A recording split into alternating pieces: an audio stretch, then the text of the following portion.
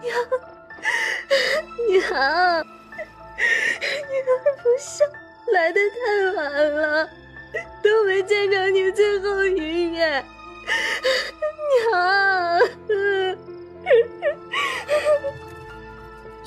小梅呀，人死了不能复生，你要节哀呀。毛，黑毛，哥，走，快走，走啊你！随着田有福的扫帚落下，黑猫一声撕心裂肺的惨叫，许是殴打激发了他的力气，黑猫竟直接从棺木上跃了过去。一瞬间，只见灵堂内本就微弱的灯火开始不停地摇晃着。这时棺木中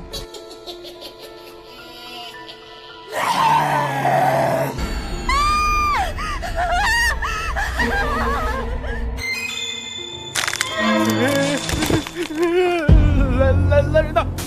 快来人呐！诈尸了！哎呀妈呀，诈尸了！闹鬼了！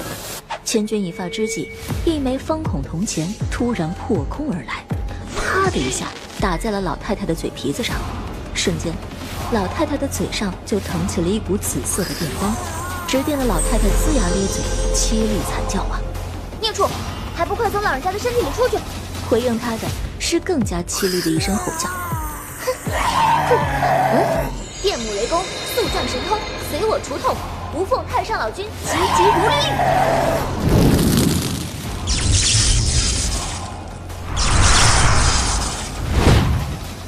哎，死了，那东西死了！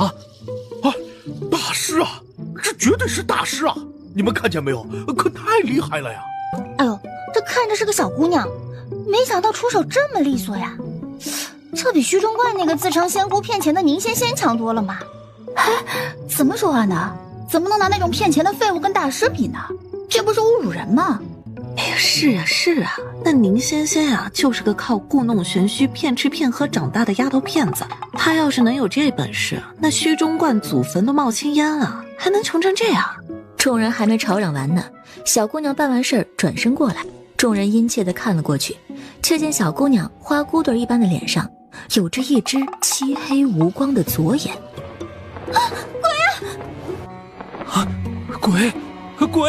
鬼啊！听到众人的惊呼，小姑娘赶紧抬手捂了下左眼，再放开的时候，那只眼睛已如湖水般清透，与常人无异了。好了，别怕，这只是我驱邪的天眼。哎呀，今日多亏了仙姑啊，不然还不知道有多少人要丧命呢。敢问小仙姑尊姓大名，我们定要备上厚礼去致谢。厚礼就不必了，我叫宁仙仙，师承虚中观，劳烦大家有时间啊，多替我观宣传，照顾我观中生意即可。众人无语，我还要回观，告辞啦。说罢，宁仙仙笑眯眯地对众人挥了挥手，转身便走了。众人看着他轻快的背影，一个个只觉得脸好疼啊。那个，今儿也不早了，大家就先回去吧。田家长辈发话了，众人讪讪的应下之后，都赶紧纷纷散去，只是远远的传来愤愤的议论声。也不知道是谁在瞎传，那么厉害的小仙姑给传成了骗子。是啊，那你想想，年纪轻轻的这么大本事，那一定是有人嫉妒呗，坏人家小仙姑的名声。其实啊，宁仙仙名声有损，实在不是别人嫉妒，而是被他那个不靠谱的师傅坑的。从小镇离开，宁仙仙爬了半夜的山啊，鸡鸣时分才终于回到了虚中观。进门之后，她笑盈盈地叫道：“师傅啊，徒儿回来啦！”回来就好。这叫什么来着？这叫跑得了道士，跑不了观啊！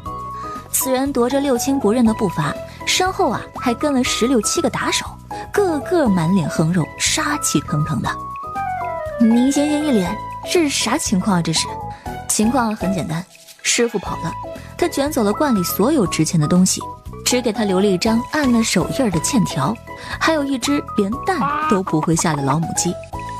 默默回想了一下自己钱袋里仅剩的几十个铜板，宁仙仙呢，先是客客气气地冲人一笑，之后拔腿就跑。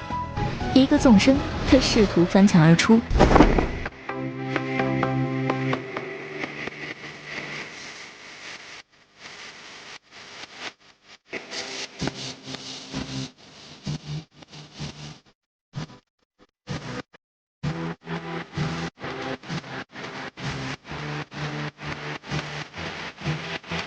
突然，侍卫松了手。你干什么松手啊你？哎呀！那人呢，却只冷冷清清地吐出了6个字：男女授受不亲。哼，你抱都抱了，还受个屁的受不清啊！不过，这侍卫的声音也太好听了吧，像天池山的水一般清冽冽的。你就是宁仙仙？糟了，这人莫不是跟那要债的是一伙的吧？我要是说我是这儿的香客，翻墙什么的，是因为我在练轻功，你信吗？侍卫不说话，只是一双青目粼粼，不声不响地瞧着他。给我逮住他，打断他的腿，我看他要往哪儿跑。完了！怎么回事？那些是什么人？你快放手！他们是来讨债的，我再不跑，我真要被他们打断腿了。侍卫一愣，宁仙仙趁机挣脱了他，头一矮就从他胳肢窝下钻了出去。可下一秒，二小姐，是老奴来晚了，叫您受苦了。宁仙仙满脑袋问号啊！天要亡他呀！怎么又来了一个拖后腿的？这大爷谁呀？还有什么二小姐？他爹不是60才生了他吗？而且独他一个啊！这怎么算也该叫他大小姐吧？大爷，你认错人了吧？还有10万火急，你别拖着我，赶着跑路呢！哼，还敢跑？你还敢跑？都给我上！抓者有赏！胖男人一声令下，10几个打手便一拥而上。情急之下，宁仙仙下意识的就摸向了自己的铜钱剑，可他还来不及出手，只听砰的一声，那10几个打手已经齐齐被那劲风震飞了。你是何人？为何要捉他？大人饶命！大人饶命啊！欠债还钱，天经地义。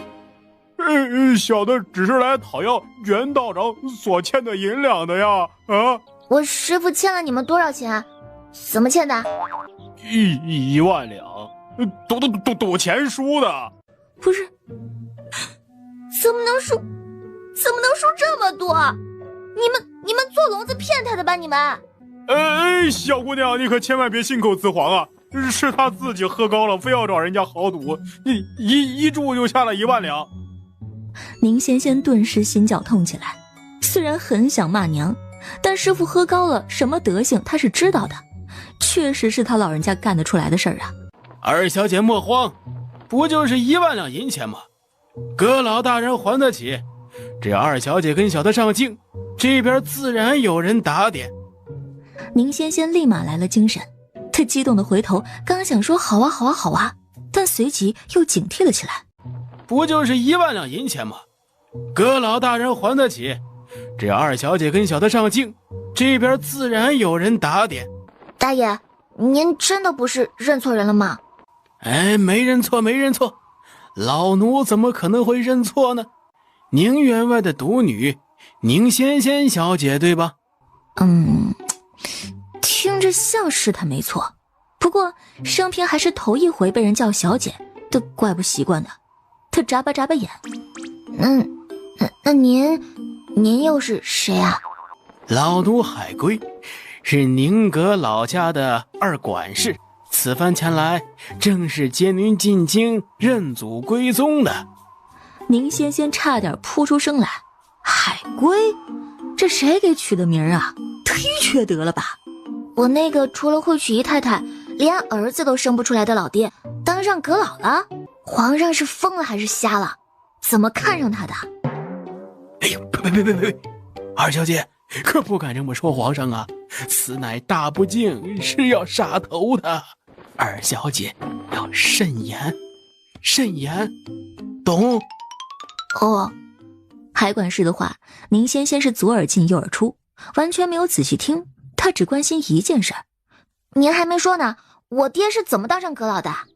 不是，阁老大人不是您那个员外的爹，是这样，二小姐，你爷爷的爷爷的爷爷和我们阁老的爷爷的爷爷的爷爷是亲兄弟来着，只不过我们阁老的先祖是嫡出长子，你们家那位是庶出的，您知道的，庶子成年后得分家出来单过，后来你爷爷的爷爷的爷爷就行走经商，慢慢的便在此地定居了，后来就有了您爹，再后来就是您了。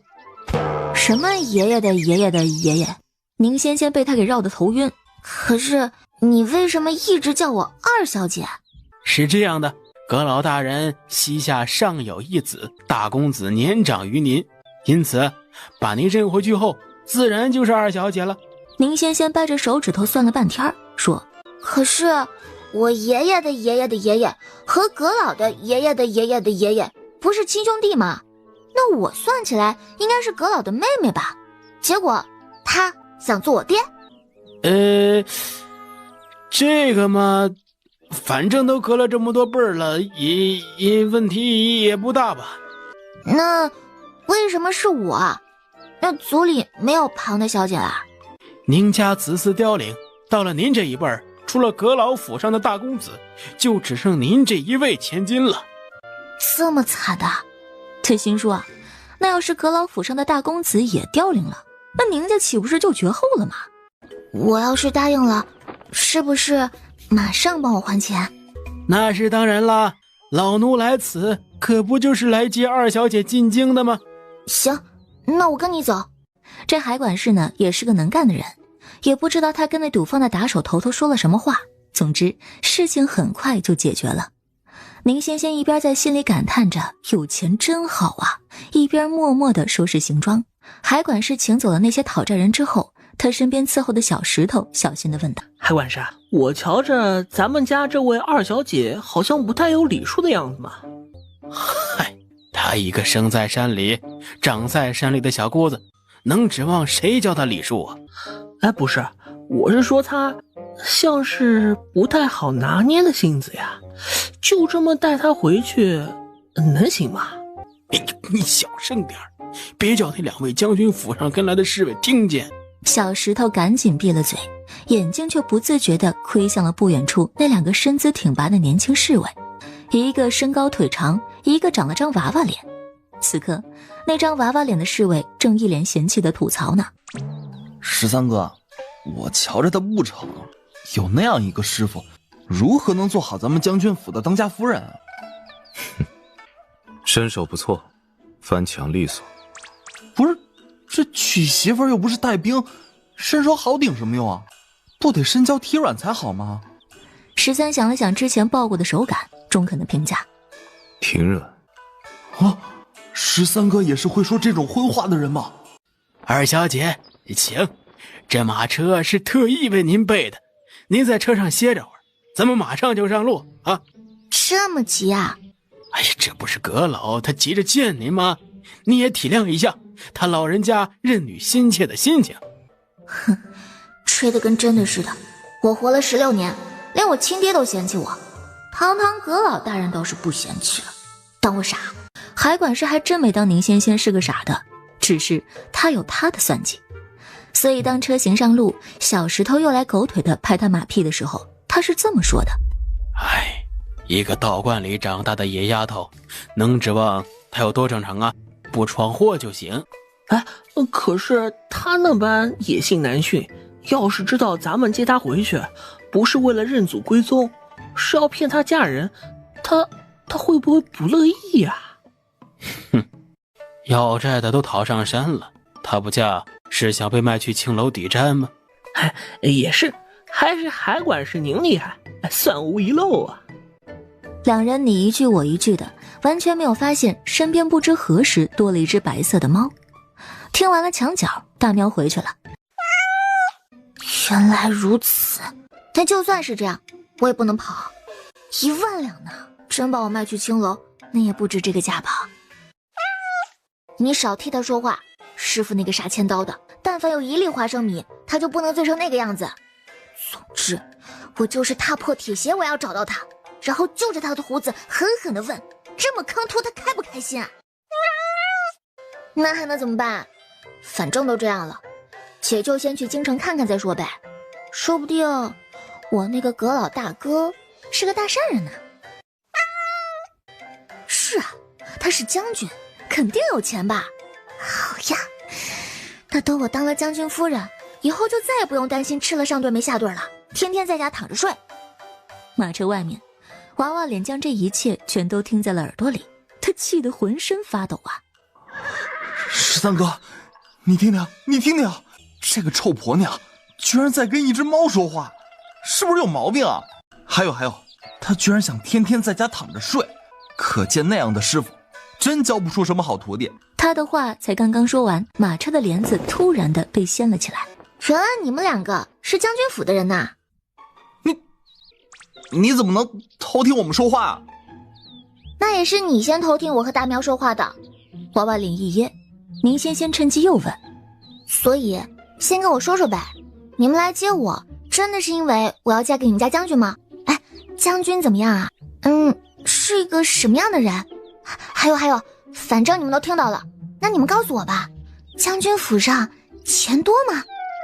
娃娃脸不想理他。13则很平淡的开口：没钱。骗鬼呢，他都当上将军了，怎么会没有钱？你还没嫁进我们将军府呢，就想着我们将军府的钱。我告诉你，巴拉巴拉巴拉的。娃娃脸那张嘴呀，就跟这讨人嫌的八哥一样，张了嘴就停不下来。宁仙仙刚想打帘子回马车不理他了，这时他突然感觉到了一丝异样。宁仙仙一抬指制止了娃娃脸：别说话。娃娃脸怎么肯听他的呀？可他明明嘴还在开开合合，突然发现自己发不出声音来了。海管事，前面走不得，绕一下道吧。没错呀，就是这么走，老奴记得路。二小姐放心吧。不是，前面再走就鬼打墙了，出不去的。海管事一听愣了一下，这条路他们来的时候可走得好好的呀，回去就遇上鬼打墙了。13哥，前面应该有东西，你看那马的反应，就跟遇到了洪水猛兽似的。13点头，但并不言语。这时旁边马车里又传出来宁仙仙的声音：要下雨了，这山里凉，要是不进义庄的话，淋一晚上雨，大家都会冻死的。娃娃脸刚想说淋个雨而已，他们在战场淋得多了，3天3夜都不会冻死。可他话还没出口呢，天空中突然电闪雷鸣，暴雨倾盆，只在一刻，甚至没给他们任何反应的机会，所有的人都被淋成了个落汤鸡。你去叫门试试看。小石头其实也有点怕，但实在是冷得受不了了，就去了。但他去了又回了，然后也牙关打架的说：海管事，那守庄人说不行。为什么不行啊？他说义庄里不留外人，还说是为了我们好。这话已经很明显了，毕竟义庄是什么地方？说白了吧，就是专门停放死的不明不白或者是含冤之死人棺木的房子。正常的人肯定是不会来这儿借宿的，但他们现在还有别的选择吗？所以海管事只能硬着头皮亲自出马。不行就是不行，你们赶紧走，不然就算我放了你们进来，晚上要是出了什么事儿，我可不负责。不要你负责。不行。就在这时，一个清清甜甜的女声突然插了进来：可是大爷，你要是再不开门，隔日这义庄里可就要多添10几副棺木了。我瞧着您这地方也不算大，还装得下吗？守庄人和其他人都无语了。不是，在这种气氛下，就别说这么吓人的话了，好吗？啊，随你们吧。紧跟着，只听吱呀一声，义庄的门终于开了。那是什么呀？哎呀，别大惊小怪的，看不出来吗？那就是2个红灯笼，门口也挂着2个，不是吗？不是，我是说中庭摆放的那些，那不是棺材吗？是啊，可这不是义庄吗？本就是祭放棺柩的地方，没有棺材才奇怪吧？海管事一噎，竟有些无言以对了。可义庄他也算见识过不少了，这么破旧的，到处漏风的，连瓦都掉了一半的，还到处结着蜘蛛网的，他还真是头一回见到。而且这里的氛围也很是诡异，那2个红灯笼上面的花纹像是人的眼睛就罢了，10几副棺木的摆放位置也很奇怪，明明有守庄人，又跟个没人管的破庙似的。此时还下着雨，更显得义庄内更加的阴风阵阵了。有人下意识地抱紧了双臂。哎呀，我怎么觉得这里头比外头还冷啊？还真不是错觉，大家都这么觉得。是你们自己要进来的，要睡就赶紧睡，半夜不要睁眼，听到什么也不要睁眼，否则出了什么事儿，别怨我小老二没有提醒你们。不要敲我门，不要来烦我，什么也别问，注意晚上就走吧。不，最好现在就走啊，马上走。大爷，我们……宁仙仙才刚开了个口，砰的一声，守庄人已经狠狠地甩上了门。哼，那咱们就自便吧。哎呦，自什么便呢，二小姐？我看这儿不安全，还是出去吧。大不了咱们今晚不睡了。二小姐，你还可以睡在马车上啊。可是外面有豺狼。豺狼也不怕的吧？总比鬼好吧？鬼吃不吃人不好说，那豺狼肯定是吃的。这人也哑火了。总之，最后就是大家哆哆嗦嗦的，但还是决定留下来凑合一晚。二小姐，你邀我要干嘛？你们休息吧，我去看看他们。他们是谁呀？海管事都下结巴了。宁仙仙直直走向那10几副棺材。很好，海管事现在是一点都不想知道他们是谁了。各位居士，此地山湿雨多，你们的棺木破旧，想是支撑不了多久。若是不嫌弃的话，我来帮你们修一修吧。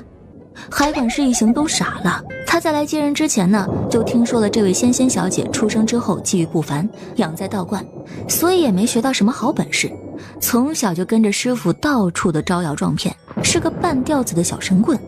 可是这木工活儿什么时候成了神棍的技能之一了？外面那3只狼，去处理一下。慕容羽撇了撇嘴，不大乐意的样子。不过既是13哥的吩咐，他不情不愿，却还是老老实实的去了。慕容羽那小子怎么还没回来？不会出事了吧？不至于，以他的身手，3头狼都打不过，还要他何用？但是那丫头说过，那些都是死物，难道？13坐不住了，起身，趁着无人注意，飞快走至墙角，只一跃便轻轻松松地翻出了一桩。怎么了？怎么了？他怎么了？没事，他只是淋了些雨，睡一觉便好。哦，行吧。宁仙仙也不强人所难，转身就去撸他的猫了。哎呀，慕容师妹怎么会搞成这样啊？不过他好好的为何会在义庄外面啊？13冷漠。出宫。13哥，你怎么能这样？会败坏我名声的。啊，原来如此，原来如此啊！目光却不由瞥向了不远处义庄内的茅房，鬼才信你嘞！义庄内明明有茅房，却非要跑到大雨里出宫，脑子是有那个大病吗？夜里，慕容羽发起了高烧，发烧不说，他还说胡话。娘，好大一只娘，吃狼了，吃狼了！别追我！13拧了眉头，正犹豫着是不是找点干草给他盖上的时候，宁仙仙又挎着他的小包袱过来了。都坏了吧？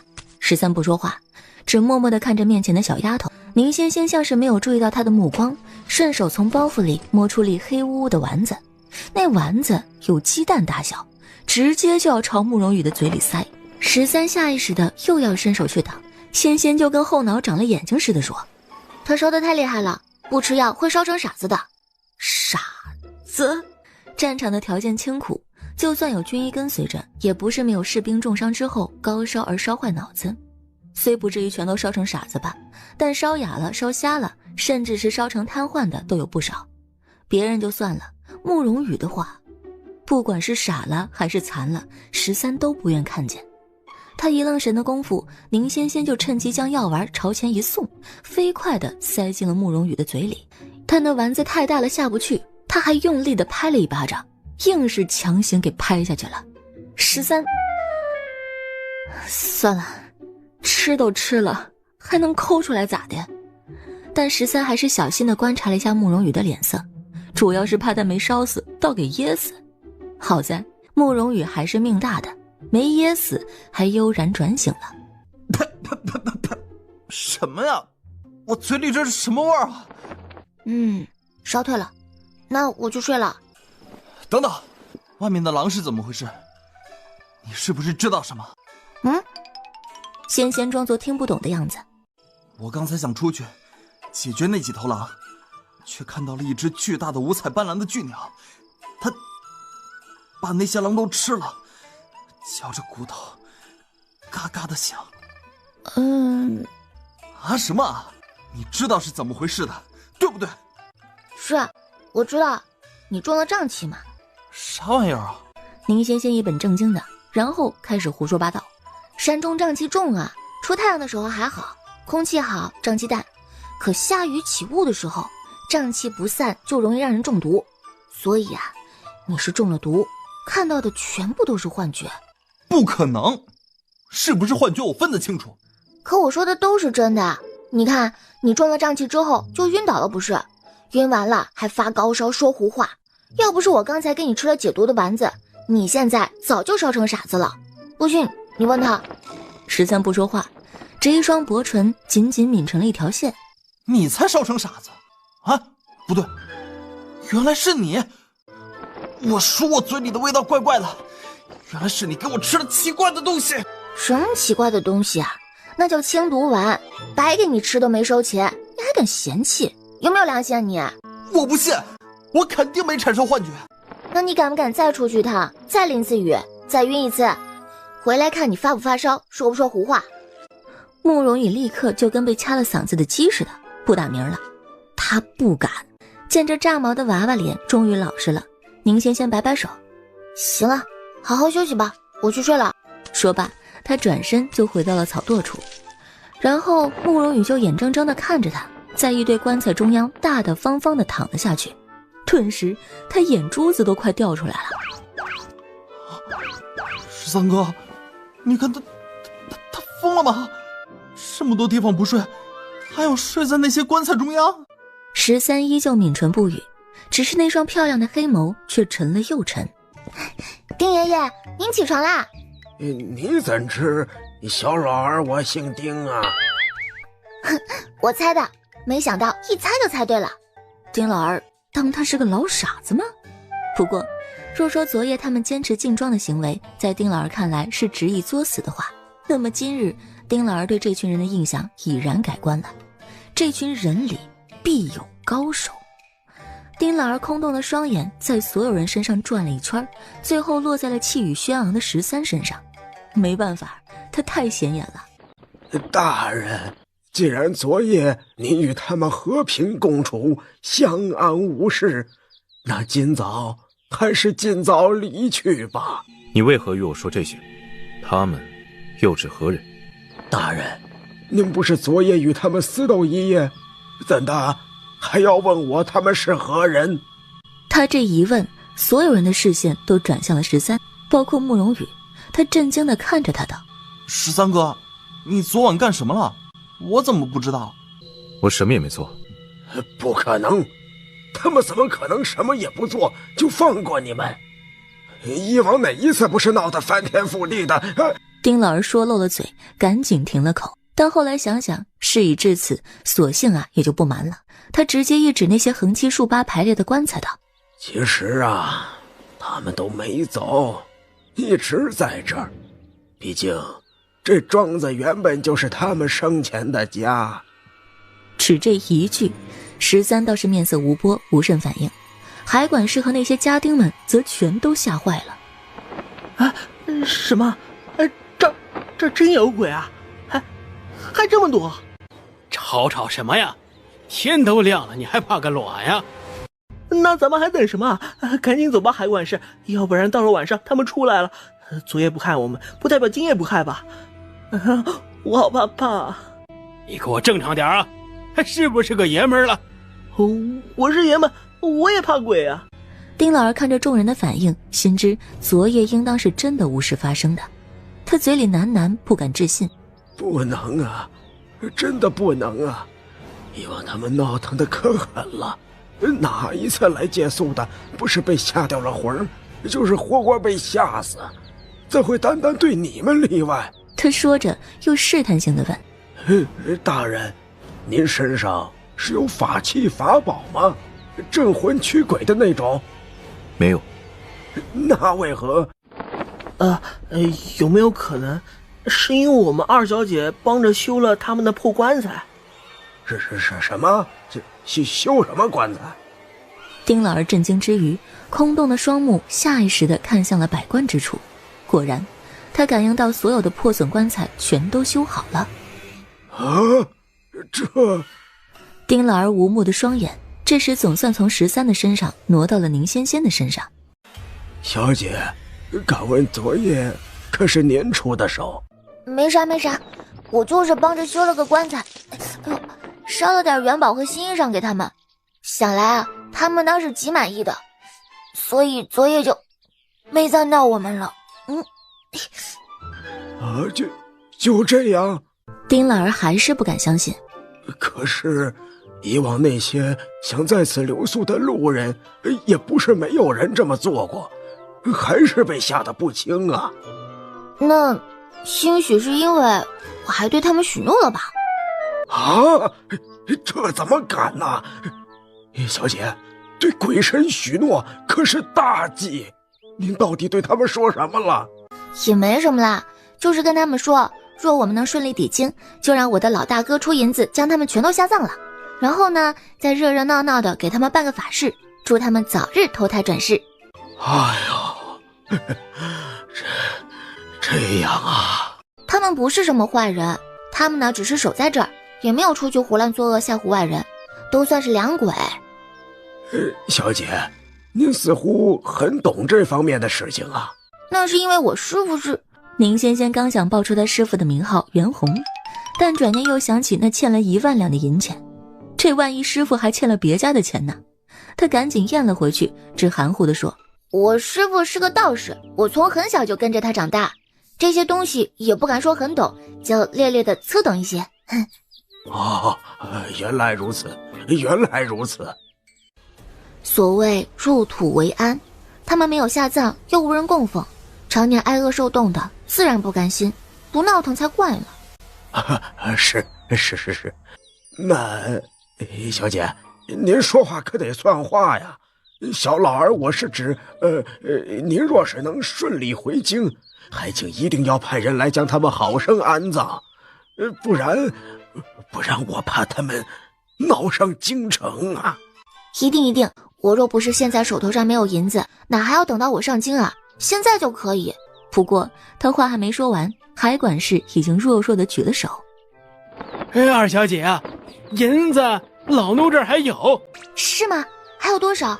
能够帮他们安葬和办法事的吗？应该是够的。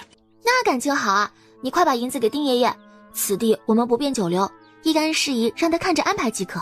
100两够了吧？够是够，但不厚，下葬本也要不了多少银子，主要还是做法事什么的，可不敢短了那些大师的好处。说罢，宁仙仙还很专业地转向丁老头：丁爷爷，我给您200两，您看着用，余下的若还有多的，您就自己收好，全当您守庄10多年的酬劳。可不敢呐，使不得呀！宁仙仙十分豪横啊。没事，我大哥有钱，还管事，感情花的不是您自个儿的钱，就可劲儿造是吧？不过1万两都花了，也不多这200两啊，全当是买个平安吧。若不然来一趟此地，带回去10几个怨鬼，还不得把人给吓死啊？事情就这么愉快地决定了。之后宁仙仙一行人要走，临走之前，丁老儿主动送了他一把旧算盘。仙仙的左眼生来就与人不同，他只瞥了一眼，他就知道那算盘里有东西，还不止一个。他微笑拒绝道：“这个就不必了，我反正也不会算账。”小姐，相逢即是有缘，您还是收下吧。这东西呢，是丁员外家的镇家之宝，说是到了有缘人手中啊，可保富贵盈余。您萍水相逢，却能这般待他们，想来我将此物托付于您，丁员外也是愿意的。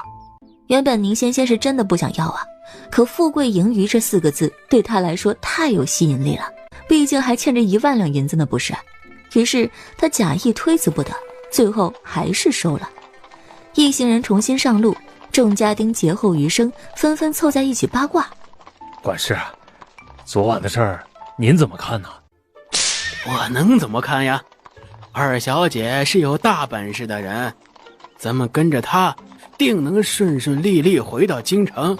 是啊，昨夜那般凶险都能迎刃而解，接下来就算再遇上什么，应该也能逢凶化吉。那人话才刚刚说完，小石头就他头上呼了一下。哎，你这个呆子，什么接下来再遇上什么，就不会说句接下来什么都遇不上吗？那人捂着头，一脸的委屈。哎呀，我也想啊，但是住口，不许说不吉利的话。不说就不说。不过二小姐就算跟咱们回了京，也会看不上这门亲事吗？哎，怎么能看不上呢？那可是咱大越皇城第一战神，当得起一人之下万人之上。他一个乡野呀，一时嘴快，小石头差点又说走了嘴，赶紧改口道：我是说，二小姐能嫁给明将军，那绝对是高攀了。可明将军要是真那么好，京城那么多达官贵客家的千金，为啥不肯嫁啊？我倒是听说了一些。接下来要说的实在不是什么好话，所以说话之前，他先是瞥脸不远处的马车，这才压低了声音。我听茶馆里的说书先生说，明将军啊，身高8尺，5大3粗的，站起来如同黑熊。他面貌奇丑，可指小儿夜啼，杀人无数，还喜欢吃人呢。吃人？胡扯吧你！明将军为什么要吃人呢？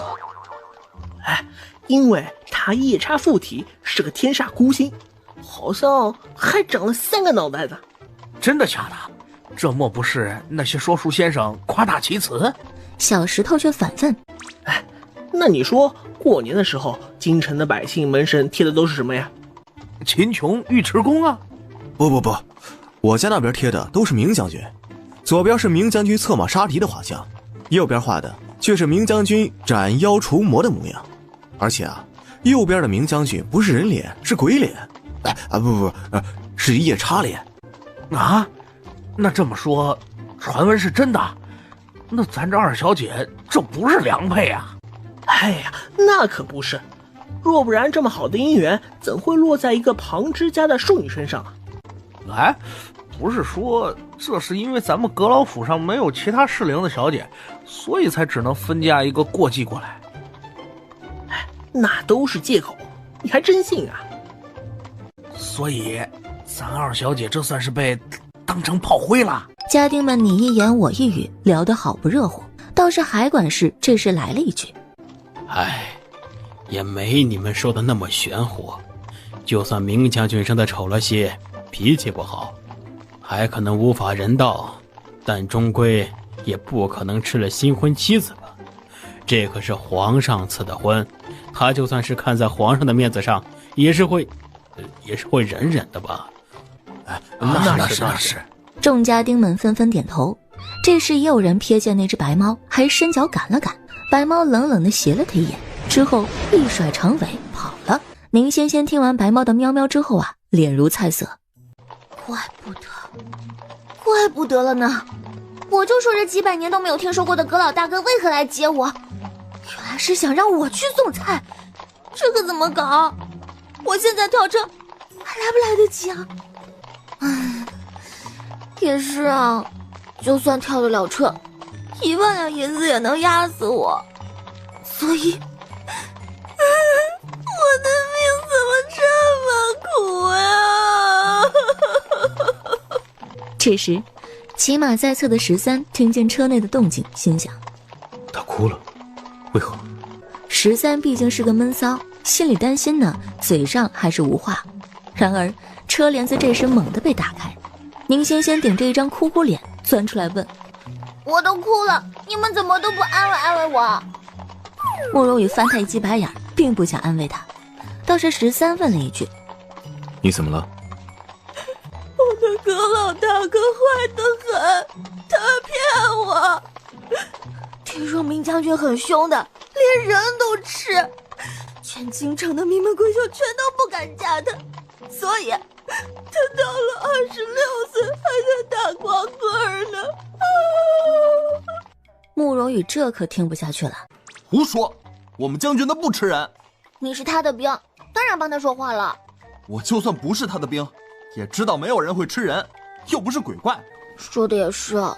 仙仙终于淡定下来，她抹去了脸上本就没有的泪，一抬头很是真诚地发问：那明将军到底长什么样？生的跟头大黑熊似的，还长了3个脑袋。13无语了，慕容羽气得血直往头上涌了。你怎么不说将军还长了6条手臂呢？他是莲藕脱胎，哪吒转世吗？宁仙仙一时也感觉到了心虚，于是对手指道：好吧，人肯定是不长3个头的，但是他肯定很丑。慕容羽气得想爆粗口，但他飞快地瞥了13一眼，才倔强地嘶吼：他肯定很丑。将军他才不丑，英俊的很。你不用骗我了，他就是丑。宁仙仙一副心如死灰，不做指望的模样。我都听说了，京城的百姓过年都不贴门神的，家家都贴明将军，说是驱邪避鬼。听说啊，他还能止小儿夜啼，可见他长得有多吓人。13不说话，只不自觉地摸了摸自己的脸。这个动作落在慕容羽眼中，他顿时又是一阵心痛啊！你不要道听途说，我们将军好看的很，全京城没有一家的公子有他好看，他比你。慕容羽本想说比你还好看，但宁仙仙撇开其他的不谈，那张脸倒确实是人间一绝，就现在这身布衣就十分出尘了，要稍作打扮，估计啊连宫里的娘娘都不及他好颜色。他咽回了那句话，改口道：总之我家将军好看的，你看他就跟他一样好看。慕容羽指的是13，宁仙仙盯着13的脸，下意识地数了数他鼻子上的雀斑，叹了口气：慕容小哥，要不我再给你1粒药丸吃吃吧，你看起来还在发烧呢，竟然说出这样的胡话。我再给你1粒药丸吃吃吧，你看起来还在发烧呢。我才没有发烧，说的也不是胡话。慕容羽还要再辩，13却冷冷的道：够了。可是别说了。慕容羽一脸不甘，但最后还是将那些脏话粗话骂人的话全都咽回了肚子里。倒是13在闷了许久之后，突然问宁仙仙：你不想嫁他？当然啦，听说他有26岁，我才16岁，都能当我爹了，我怎么可能想嫁？13被扎了心呢，慕容羽却又气抽了。什么26都能当你爹了？谁10岁就能生出孩子？你爹不是60才生的你吗？我就是打个比方，你懂不懂？没学问真可怕。侍卫大哥就跟你不一样，他一看就是很有学问的，你看他都不对我。13不说话，继续冷脸沉默着。你看，我就说了吧，侍卫大哥都默认了，所以呀，那个明将军果然很丑。你既不想嫁，为何要答应跟海管事走？那当然是因为我还不起那1万两银子的债啊。所以仙仙只能干笑，且表情十分的心虚。那当然是因为丑也不是将军乐意的呀，对不对？我也不能因为他长相就轻视他、嫌弃他。而且，明将军保家卫国是个大英雄，能做英雄的妻子是我一辈子的福分啊！是不是？慕容羽恶狠狠地瞪着他。你为什么说到福分时要停顿那么久，还咬牙切齿？那当然是因为我好开心呢。不过，长得丑可以忍，吃人就有点儿。都说了他不吃人，你是不是想气死我？慕容羽气得差点跳下马打他，但不能打，只能告状。13哥，你快骂他，快骂死他！宁仙仙实在是不太能理解这个小圆脸为什么要气成这样，还一本正经地说教道：“你气什么气啊？我又没说你。还有，你怎么老叫侍卫大哥骂人？你不许教坏他。”慕容羽。两人吵吵闹闹一路，终于在51刻前离开了那座昨夜他们怎么走都走不出的大山。海管事，您是奉了阁老之命来接您家二小姐回京的？正是。前方再行1个多时辰，便是三井乡的长寿村了。敢问今夜您一行是否要在那处落脚？对方这神情，海管事的心里不由得一阵疙瘩。可是有何不妥？实不相瞒，那镇子最近有些邪乎，出了大案，晚上在那边落脚，恐是会生事端呢。说真的，海管事现在听不得这种话，他立刻急了。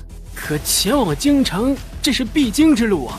而且这天一马上也要黑了，我等不在镇上落脚，就得在荒郊野地露宿啊，那岂非更加不安全？这倒也是，要是能白日过村就好了，晚上的话实在……晚上怎么了？那捕快头子犹豫了一会儿，还是说了，原来啊，三井乡有个远近闻名的长寿村，据闻这村子里过100岁的老人就有58个。可中元节那夜突生变故，那些100岁老人一夜死绝了。然而这还仅仅只是开始，中元节之后，长寿村又开始死人了，而这次死的全都是男人。一夜一个，至今报官的死了至少也有7、8个了，且个个都是吓死的。捕快头子说着，又压低了声音道：“我等正是奉命前来查案的，如今正要回去复命呢。”海管事听到这儿，脸都白了。那您查到什么了？什么也没查到。村里的女人说是鬼怪作乱，须得请大师出马方可化解。可10里8乡的大师，却在听闻此案后纷纷闭门不见。只有虚中观那位袁道长愿意一试，可他最近却无故失踪，也不知是不是也不愿来了。海管事深吸了口冷气，心脏跳得飞快，双眼却也是不自觉地望向了宁仙仙所乘的马车。虚中观的袁道长，那不正是二小姐那位欠债跑路的坑货师傅吗？宁仙仙当然也听到了他们的对话，咱们该怎么走就怎么走。可是二小姐，宁仙仙笑眯眯地表示，无碍，我心里有数。您心里是有数了，可我们没数啊。但想想之前在山下不听劝，最后遇上鬼打墙，以至于不得不在深更半夜入住义庄的事情，海管事又莫名的觉得他最好还是乖乖的听小姐的话才好啊。虽然前方明显可能会有高能，不过他们家这位二小姐显然比高能还高能啊。就这样，海管事和一干家丁虽然惴惴不安，但还是在谢过那位捕快头子之后，按原计划进入了长寿村的地界。怨气竟比煞气还要重，莫非是有谁受了天大的委屈？算出来什么了？只能算出个大概来，不过死的那些人大约也不算冤。什么叫不算冤？方才那位捕快大哥说的还不够清楚吗？这村里至少死了60多号人，58个都是100岁寿星，死于中元节，节后又死了7、8个，还全都是男人。对啊，那你觉得为什么女人都没事儿，只有男人有事儿啊？那我怎么知道？慕容羽一时被问住了，但很快的他又反驳：对了，人家说的是中元节之后死的7、8个都是男人，又没说过那58位100岁寿星都是男人，肯定有女的吧？没有。怎么可能？再说了，你又如何得知？算出来的呀，你刚才不是看到了吗？我信你个鬼啊！嘘，天要黑了，那个字可不是能在半夜随意说出来的，慎言啊。慕容羽一听，冷不丁打了个颤。若在昨夜之前，有人跟他说这世间有鬼，还有吃狼的大鸟，慕容羽一定会骂对方胡说八道。但他之前毕竟是亲眼所见的，这时也不敢再不信。你既算出这村子有问题，为何还让我们进村？因为你是女的。对啊，你可真聪明。13的表情顿时阴沉无比。他这个人虽然长相平平，但有时候的眼神却贼辣的吓人。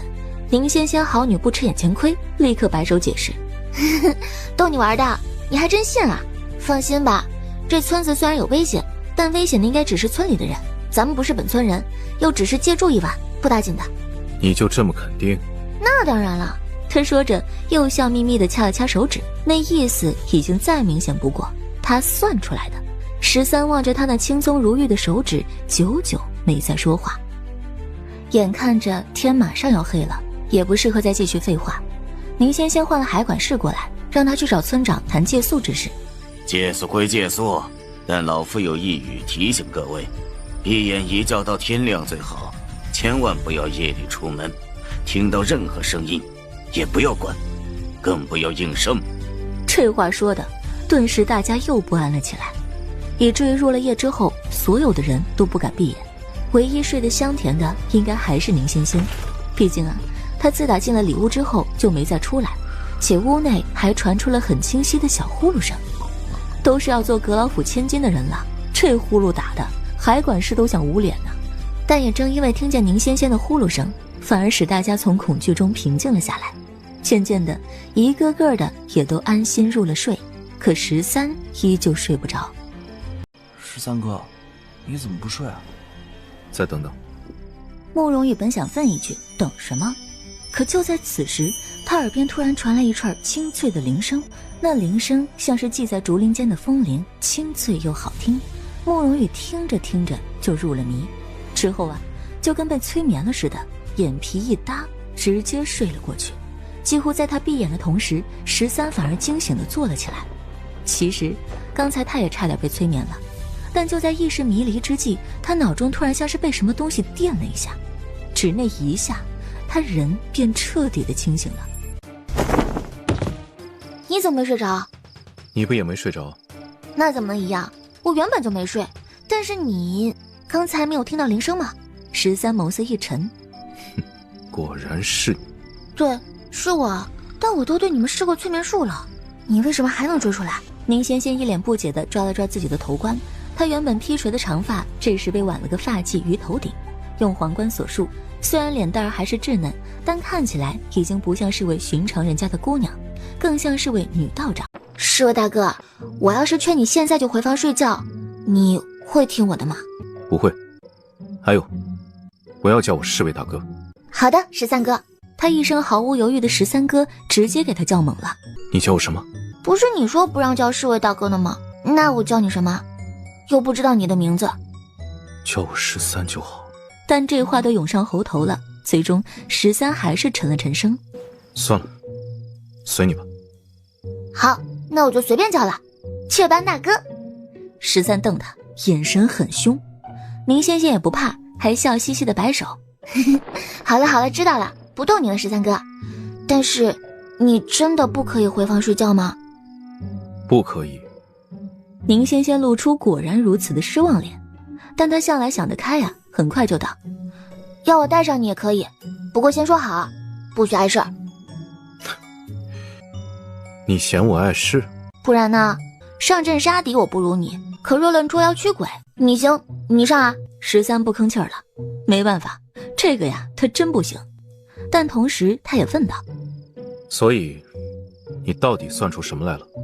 你到底算出什么来了？方向、吉凶，还有性别。性别是什么鬼？13微一蹙眉，但很快就猜到了。女鬼。咦，你怎么知道？猜的，毕竟你之前提醒过我们，这个村里死的全都是男人。不错不错，孺子可教啊。哎，13哥，我看你很有天分呢，要不要入我道门，随我修行？不要。为何不要？哼，你竟那么会算，难道算不出理由？你当我是神仙啊？一不知你生辰八字，二没有你贴身之物，怎么可能算得出来这些东西啊？不过宁仙仙嘴上虽然这么说着，可手指却自动自发地掐了起来。13的身上不知何时绕了一圈又一圈的黑线，他听师傅讲过这种情况，这叫满身业障。每一条黑线应该都代表着一条人命，13身上缠了这么多圈，足以证明他杀人无数。咕咚一声，宁仙仙后怕的咽了咽口水，他赶紧摆了摆手道：怕了，如此满身杀孽，我道门怕是真的收你不起。说罢，他又似想起来什么，还不怕死的嘀咕了一句：你们将军果然会吃人的吧，不然怎么镇得住你这等凶残的士兵？13更冷地瞧了他一眼：他不吃人，只杀人。咕咚一声，宁仙仙再度咽了咽口水，这时又在心中低呜道：又想悔婚了。不过再嘤，他也得带着13去打鬼啊。但宁仙仙绕着村子走了大半圈之后，心里的疑惑却越来越重了。这村子里的人反应不太正常。怎么说？你看，村里明显闹鬼，还是凶杀，可这村子才刚刚入夜，却一户都没有亮灯，不奇怪吗？众所周知，鬼昼伏夜出，怕光怕亮，他们这样，不知道的还以为是在主动等着鬼找上门来呢。谁说村里没有灯呢？前面不就是？13抬手一指，宁仙仙果然发现很远的地方隐约有灯光透过夜色照了出来。那么偏的地方，偏只有那儿亮着灯，就更不对劲了吧？宁仙仙说罢，又掐着手指飞快地算了算。这时又不知道他算出来什么，他手一勾，朝13招了招：走，咱去那边看看。但看着不远的地方走，却足足走了半盏茶的时间。谁在外面？我们乃虚中观袁弘之徒，奉师命特来为阿如村驱邪的。屋内这才稀稀疏疏的有了些动静。过来开门的是一位两鬓斑白的老者，他正是阿如村的村长。村长的目光在宁仙仙稚嫩的小脸上转了一圈，又朝他身后看了看，没看到期待的袁道长本人，倒是看到了一位正气十足的黑衣青年。村长隐约觉得这年轻人有些眼熟，但一时也想不起在哪儿见过。袁道长怎的未来？师父另有要事，来不及赶到，又恐误了贵村大事，遂先派我们过来看看。宁仙仙一边回话，一边无声地打量起祠堂内的动静。躲在里面的全都是男人。一个黑皮的汉子这时上前：爹，那位袁道长可是收了咱们银子的，他这不是坑咱们吗？休得无礼！黑皮汉子似还有话说，但他才刚开个头，突的一阵阴风吹过，黑暗中有窸窸窣窣的声响自远处传来。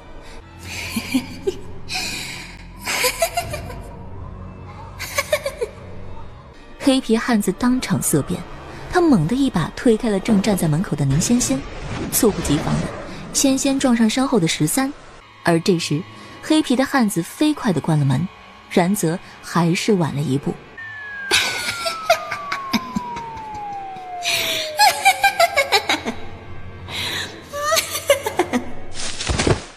看清女人面容的时候，那黑皮汉子一下子软了腿。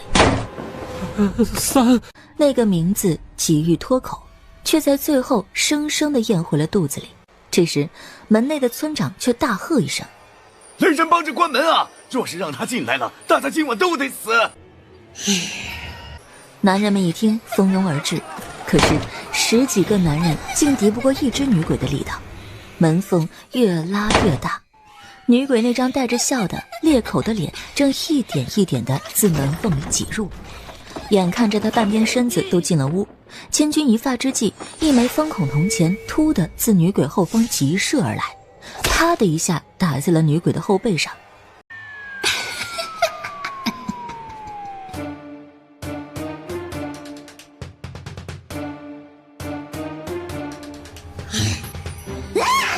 女鬼愤怒的大叫，扭头恶狠狠地瞪了宁仙仙一眼。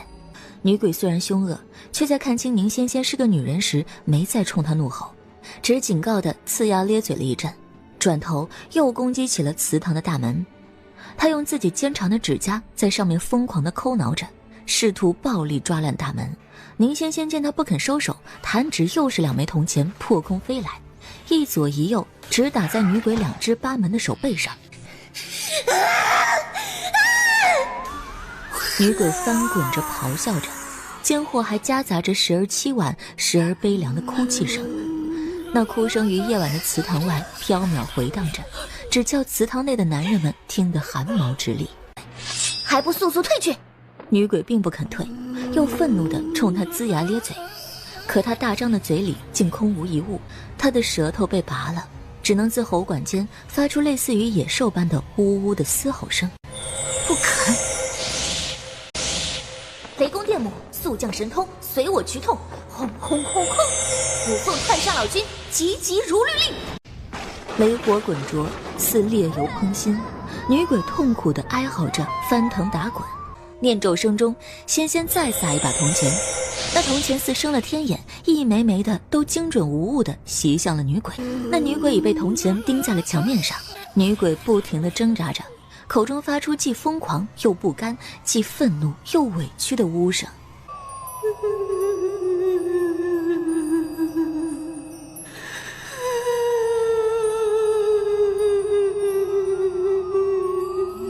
女鬼没有舌头，她说不了话，只能发出咿咿呜呜的控诉之声。这时她双眸如火，仿佛在质问宁仙仙为何要帮那些畜生。宁仙仙伸手，女鬼吓得惊恐后缩，但她的手却只是温柔地按在女鬼头顶上，轻轻地揉了揉。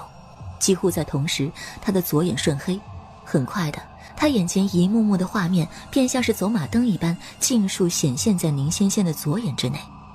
原来三娘是村长花8吊铜钱替儿子黑皮买来的妻子，才13岁就给黑皮生了孩子。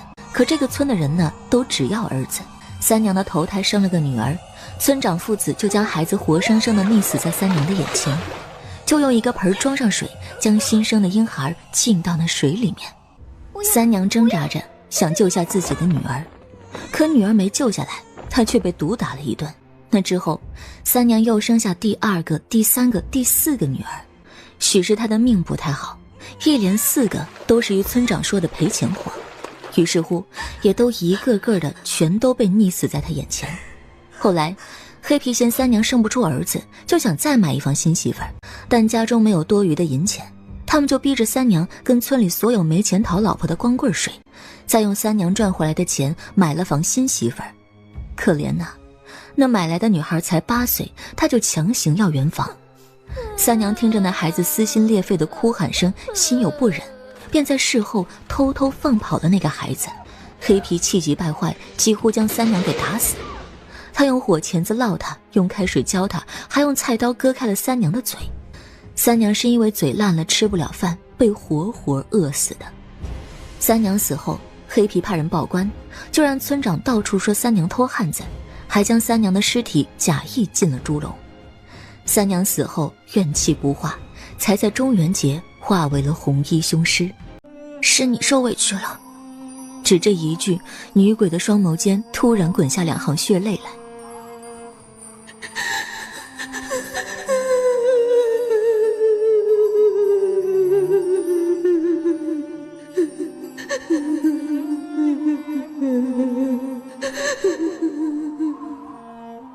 你可愿信我？她虽然看着像个小丫头，但也许是身着道袍的原因，女鬼感觉她身上自带一股能感化人的温柔。她说话的语调也很慢，软软糯糯的，温柔的能叫人落泪。你愿结成煞，残杀60多条人命，无论他们是否该死，你都有罪。所以我放不过你，但你既信我，我必然替你讨回一个公道，可好？三娘闻声，血泪又流了一脸。几乎在同时，宁仙仙随手掏出了一个小葫芦，进来吧。三娘有些犹豫，但最后还是主动化为一股黑烟，钻进了葫芦里。13这时走了过来，看着他手里的小葫芦，蹙眉道：到底怎么回事？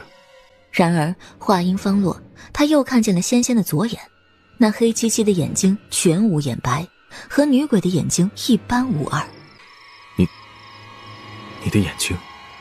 仙仙后知后觉，这才想起来自己忘了关左眼，他赶紧此地无银300两的抬手捂住。我不是，我没有，我眼睛很正常。13抿唇不语，但一双冷眸却仿佛在无声地对他说：我还没有瞎呢。好吧，我的眼睛确实和普通人不太一样，这叫过阴之眼。师傅说了，我这个眼睛天生就适合干这一行，因为能看见很多你们看不到的东西。所以你看见什么了？宁仙仙放下手来，这时13发现他的左眼已经恢复如常，正在惊奇呢。仙仙也将方才所看到的三娘的过往全都告诉了他。13听完更沉默了，他有点无法理解，一个人的眼睛说能看到鬼怪，那可能是有阴阳眼，这种人呢，世上虽然不多，但他也是听说过的。但宁仙仙的眼睛，据他所言，便不只是能观阴阳，还能看到人的生平过往，这是怎么做到的呢？再让我看一次。哈？变黑。你想看就让你看，那我多没面子。宁仙仙一脸委屈，但13毕竟是一个杀人如麻的，一身业障的，连他见了那些缠满他全身的黑线都头皮发麻呢，所以还能咋的？人家要看就给他看呗。宁仙仙一闭眼，再睁眼时，左眼已然彻底漆黑了，无法形容的感觉，那像是一汪死水，能将人深深地吸进去。13的心猛地一滞，像是被什么东西紧紧攫住了心脏，带着一股窒息般的疼。但这样的感觉他并不陌生，每当在战场上他因狂化而变身修罗的时候，都会有这样如临深渊的感觉。他其实不太明白自己为何会这样，因为此刻并不在战场，他却还是产生了一种危险的错觉，就仿佛眼前的小姑娘比那战场上万千敌军还要可怕。大抵是他看他的眼神有些异常，宁仙仙很快又闭上了眼睛，待再睁开，已然又恢复如常。好了，看一眼就可以的吧？怎么变成这样的？怎么变成这样的？天生的，一出生就这样。他说完还奇怪地看了他一眼。你不是将军府的侍卫吗？都跟海管事一起来接我了，难道一点都没有打听过我的事儿？什么事儿？我爹，是说我那个亲爹，当年就是因为我生了这样一只左眼，才不管我死活，任我在外面自生自灭的。说罢，他还怀疑地看了13一眼。你不会真的不知道，装的吧？我没装。好吧，我相信你。不过你胆子可真大呀，一点都不带害怕的。你一个姑娘家的都不怕，我一个大男人怕什么？好像是这么个理儿啊，但又好像他说的完全没道理。但13是个胆大的侍卫，这件事儿想来也是毋庸置疑了。敢问大师，方才那个女鬼，您是将其诛杀了吗？没有。宁仙仙轻轻巧巧地拿出一只小葫芦来，这儿呢。村长一见，下意识地后退了好几步，避开那只葫芦的同时惊怕道：哎呀，此等凶灵恶煞，何不杀他个灰飞烟灭，留着做甚？冤有头债有主，鬼行恶我自是要诛，但是人若行了比鬼还恶之事，村长您说该当如何啊？大师，您这是何意？他说他有冤情，而我呢，答应还他一个公道。谈何公道？这女鬼残杀我村66条人命，满手血腥，您怎的还要帮她说话？这么说来，他不是被你儿子害死的。只这么一句，莫说是村长，其他人脸色也皆都变了。大师还请明察，这可是天大的冤枉啊！况且那女鬼口不能言，如何能告知您她有冤情？哦，您怎知那女鬼口不能言？您认识她呀？村长神情再度大变，这一次已然不再多话了。宁仙仙耐心等了一阵，确定村长并不打算说实话。也罢，既然公说公有理，婆说婆有理，那不若我去报官吧，将三娘所冤陈情官府，让官老爷亲自派人过来查办。不能让他们走。黑皮的汉子，也就是村长的儿子，这时正满脸戾气地挡在了门口。他们都知道那女鬼是三娘了，所以不能留活口。不会吧？你们想杀人灭口啊？是又如何？黑皮汉子面色狰狞，再不复之前谄媚讨好的模样。三娘口不能言，不可能告诉你她有冤情。我不知你从何处得知真相，但若让你离开，我们就算逃得了三娘，也逃不过官府，还不如一不做二不休。劝你们回头是岸，否则……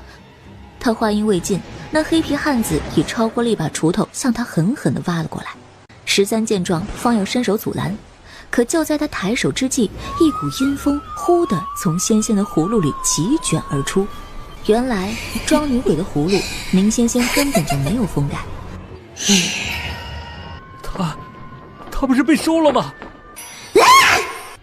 三娘，我错了，求你别杀我，别杀我！大师救我！刚才我是猪油蒙了心，我再也不敢了，大师，你不能见死不救啊！可惜了，这时的宁仙仙却已背转过身去，不但自己背过身，还拉着13要走。别看了，咱们还有其他的事情要做呢，这边就交给三娘吧。可是，任由身后不时地传来杀猪般的惨叫声，仙仙道：“我与三娘有过约定，再给这对父子最后一次机会，若他们能弃恶从善，还三娘一个清白，并亲自向她磕头请罪，就饶他们不死。可惜啊，他们显然不配。至于祠堂里的其他人，三娘最多吓吓他们，不会真的要了他们的命，你就放心吧。”至此13亦不再多言，他全程都和宁仙仙在一起，最清楚到底发生了什么。对于村长父子还有这一祠堂的男人，他都不想同情。毕竟这个村子所发生的恶心事儿，连他一个常年征战沙场的人都闻之不忍。来都来了，三娘的悲剧不能再重演，这个村子的问题干脆一并帮他们解决掉吧。13看了他一眼，似乎是想问他打算怎么解决。就在这时，宁仙仙突然大叫了一声：“哎，那位大姐，你别跑，正好有事问你。”13回头，但见一个妇人正慌慌张张地夺路而逃。宁仙仙在身后越是叫唤，那妇人就跑得越快，但她再快也没可能快过宁仙仙呐。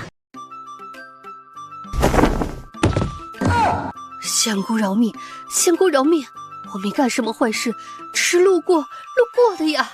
那是一个看起来十分普通的妇人，穿一身洗得发白还打着补丁的襦裙，身形瘦小，面色蜡黄，一看就是营养不良的长相。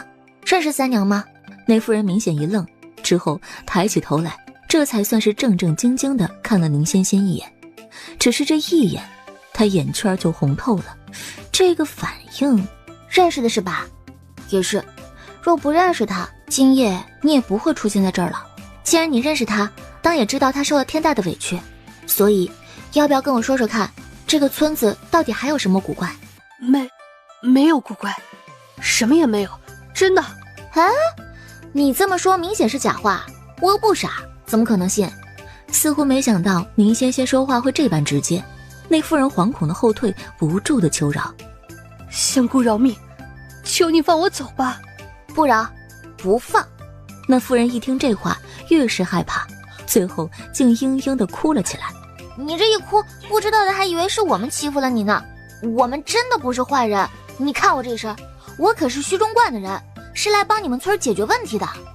你是虚中观的人？你就是那个袁道长？那倒不是，那是我师傅。不过你认识家师就再好不过了，所以现在能跟我说说这的情况吗？妇人似还是有些犹豫，不肯说。宁仙仙就给她下了一剂猛药。你要真的不说，我也没法子逼你。但是吧，这个村子的事情一日不解决，后患就一日不能根除。你们以后的日子说不定会过得连三娘都不如。嫂子，三娘是怎么死的你很清楚，你就真的不怕吗？我怕的，可是我能怎么着？我一个弱智女流，什么也做不了啊！哎，交给我呀，我不是弱智女流，你们不能做的事儿我可以啊。我可以告诉你一点，但你不能把我说出去，要不然我的下场会比三娘还要惨。我不怕死，可我不想那样死。放心吧，保证不连累你。那妇人这才放下心来，之后如实的将阿如村的情况全都告诉了宁仙仙。原来三娘化煞之后，第一个寻仇的人不是村长父子，而是阿如村所有长寿的老者。为何呢？我们村啊，有一口井，叫女儿井。说起那口井，妇人神情立刻变了。听说井里有只不知来历的水鬼，每年都要吃人，还挑嘴儿，只吃香嫩嫩的女孩。村里的老人会给水鬼上供，等上完供，再喝下井里的水，他们便可长命百岁。但只有男人能喝女儿井的水，女人喝了会生病，所以长寿的也只有男人。这个村里没有女孩，因为生下来全都溺死了。他们把死掉的孩子扔到井里，也就是给那水鬼上的供。女孩们都死了，男人们就只能到外村讨媳妇儿。早些年外村也是有女儿嫁进村的，可后来发现嫁过来的女人全部都莫名其妙地死掉了，也就没有好人家的女儿愿意再嫁过来。外村的女人不愿嫁来，村里的男人就只能靠买。我就是这样被买进村的，三娘也是。这个村的女人活着的时候就得不停地生儿子，生不出儿子的就是三娘那样的下场了。那妇人说到这儿哭了起来。我们也都受够了这样的日子，可谁也不敢反抗，一反抗就是毒打，打死为止。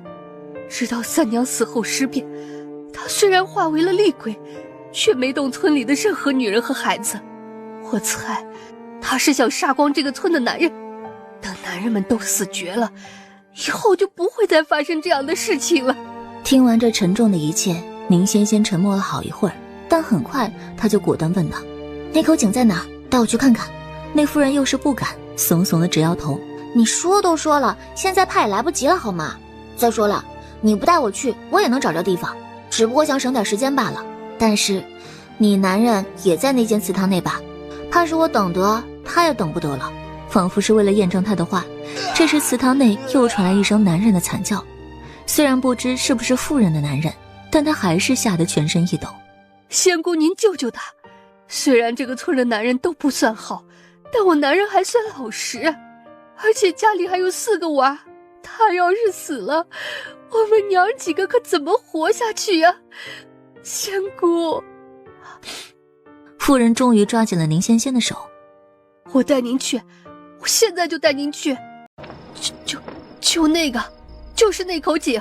那妇人站在院内，却不敢上前半步，只指了指井的方向，提醒他们：那根铁链不能拉的，一拉就响，里面会发出很吓人的声音，像是人在哭，又像是鬼在叫，还会翻出绿色的让人头晕想吐的毒气。一出毒气就必须扔女孩，没有女孩就得扔女人，不然毒气就一直发散，村里所有人都会生病，有的还会死。这说法倒确实诡异啊。宁仙仙眯了眯眼睛，再睁大，左眼所见便完全与之前不一样了。井还是那口井，只是井口处隐约能看到绿色的如雾一般的东西，但是很淡，淡到能用肉眼完全看不见的程度。这兴许便是妇人所说的绿色毒气了。宁仙仙虽然被师父坑了，但师父的教诲并不敢忘啊。更何况降妖除魔本就乃道门中人分内之事，他既碰上了，肯定得好好处理啊。只是怎么处理呢？他绕着井口走了一圈，最后目光落在那粗黑的铁链上，刚要伸手，那妇人立刻惊恐的大叫：不能动那个，刚才不是已经说了吗？不能拉。可是不拉怎么知道里面是什么东西啊？那妇人定定地望着他半晌，之后虽不多言，但人却下意识地朝后退了2大步。宁仙仙将这一切看在了眼里，亦不再多言，只抬手就扯了那根铁链，却也没有向上拉，只是用力地搅动了一下。几乎在同时，井内便传出来一阵尖锐之声：一个小人吃饭饭噎死了，一个小人睡觉觉睡死了，一个小人拾柴柴砍死了，一个小人玩风折死了，一个小人做井井被吃了，一个大人好寂寞，好寂寞，好寂寞。就算是他呀，也冷不丁打了个抖。哎呀，这唱的什么玩意儿？这也太瘆人了吧！13不动声色，但向来平静的脸上也微微蹙了眉。而与此同时，井口涌出的绿色雾气也越来越浓郁了。这也正如妇人所言，不动的铁链就还好，一动就有绿色的毒气涌出来。糟了，这玩意有毒，必须！说完，宁仙仙赶紧从怀里掏出2个鸡蛋大小的黑丸子，先塞了一个进自己嘴里，艰难吞咽着，再喂了一个到13的嘴边。快吃，吃完就不会中毒了。我不怕毒。13扭头拒绝，但他更紧张的是，从未有女子这般亲近于他，还喂食。你别闹，会死人的。13脸色微红，语气却十分正气。我天生百毒不侵，你顾好自己就行。啊？仙仙本想说他扯呢，他师父都不敢说百毒不侵，他一个普通人凭什么行啊？然而13并没有说谎，他是真的不怕毒，从一出生就百毒不侵。绿色的雾气像是薄烟一般突然滚涌了起来，顿时那井口看起来就跟一口烧开的锅一般。小心点，有什么东西要出来了。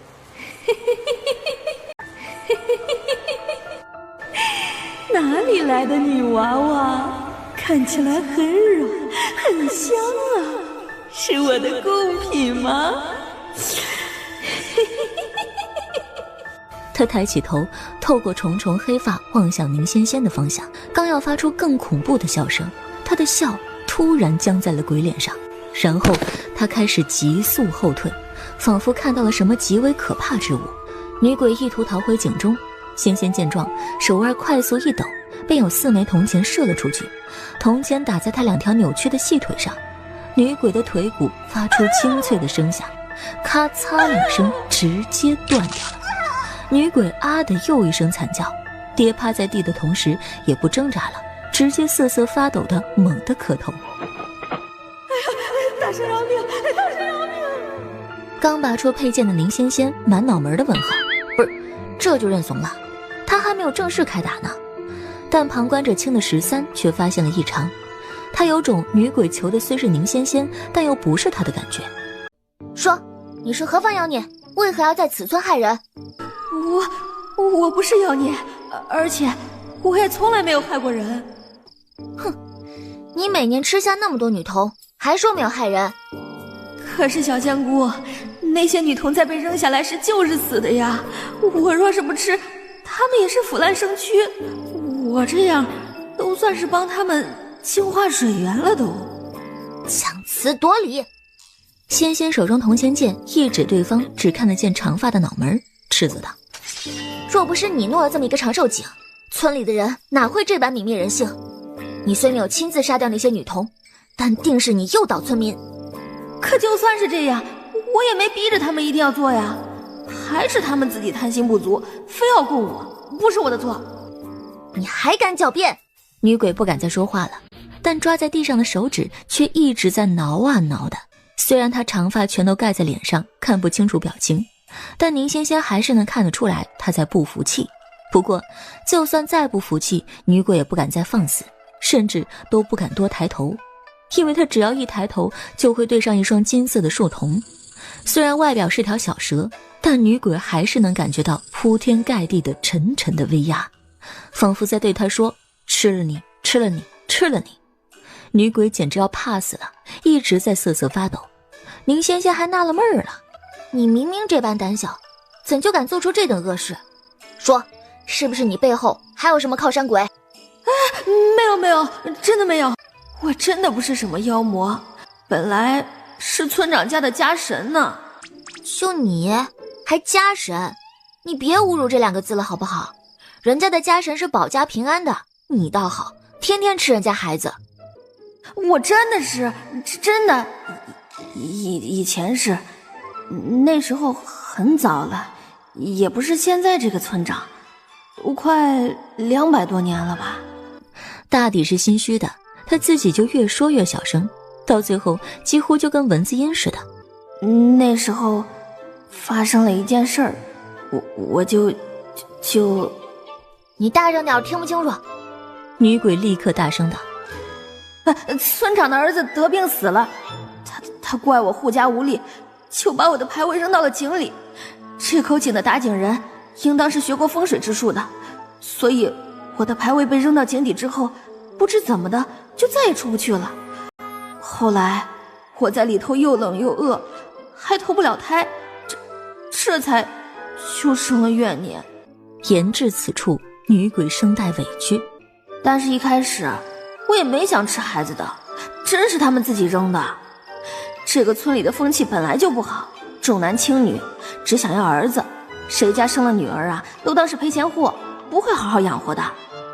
后来有一户人家连生了5个女儿，第6胎结果还是个女儿，他一气之下就把孩子溺死了。溺死之后呢，许是怕人发现，就偷偷扔到了井里。我当时也没吃那孩子，守了10几天呢，都臭了才吃的。后来我就给那家人托梦，说我吃了他家的女儿会保他生个儿子。他一开始是不信的，后来再怀上就真的是儿子，这才信了。他生了儿子的当夜呀，就来给我上了供。我以为他最多买些猪头肉什么的，谁知他又扔了最小的女儿下来给我。那孩子当时有4岁了吧，扔下来的时候还没有咽气儿呢。我不忍心，拖着他浮在水面上，这孩子就一直哭一直哭。井里冷啊，就1天不到，孩子就冻死了。他死了也没见人来捞尸，我只好就又吃了。再后来村里就传说只要供我就能愿望成真，一开始只是这么传，后来不知道怎么的就传成了只要喝了井里的水就能长命百岁。但这个事儿真与我无关啊，我不能让谁长命百岁的，时不时会放一放绿气，也就是想吓唬人。真的，小仙姑，你信我？宁仙仙半点都不信他，只哼了一声，之后拿出一只小葫芦，对着那女鬼道：进来。那是什么呀？你要收了我吗？可我不想。女鬼话才说到一半，突地又发现宁仙仙的衣袖内有红红的蛇杏子吐出来。重新对上那双金色树瞳的时候，她立刻啥屁也不敢多放了，麻溜的一窜，便化为一缕黑烟，直接钻进了瓶子里。收了就收了吧，总比被吃了强啊。女鬼如是想到。13哥，咱俩商量个事儿呗，就今天晚上发生的事儿，你答应我谁都不要说，就烂在你肚子里好不好？我为何要答应你这样的要求？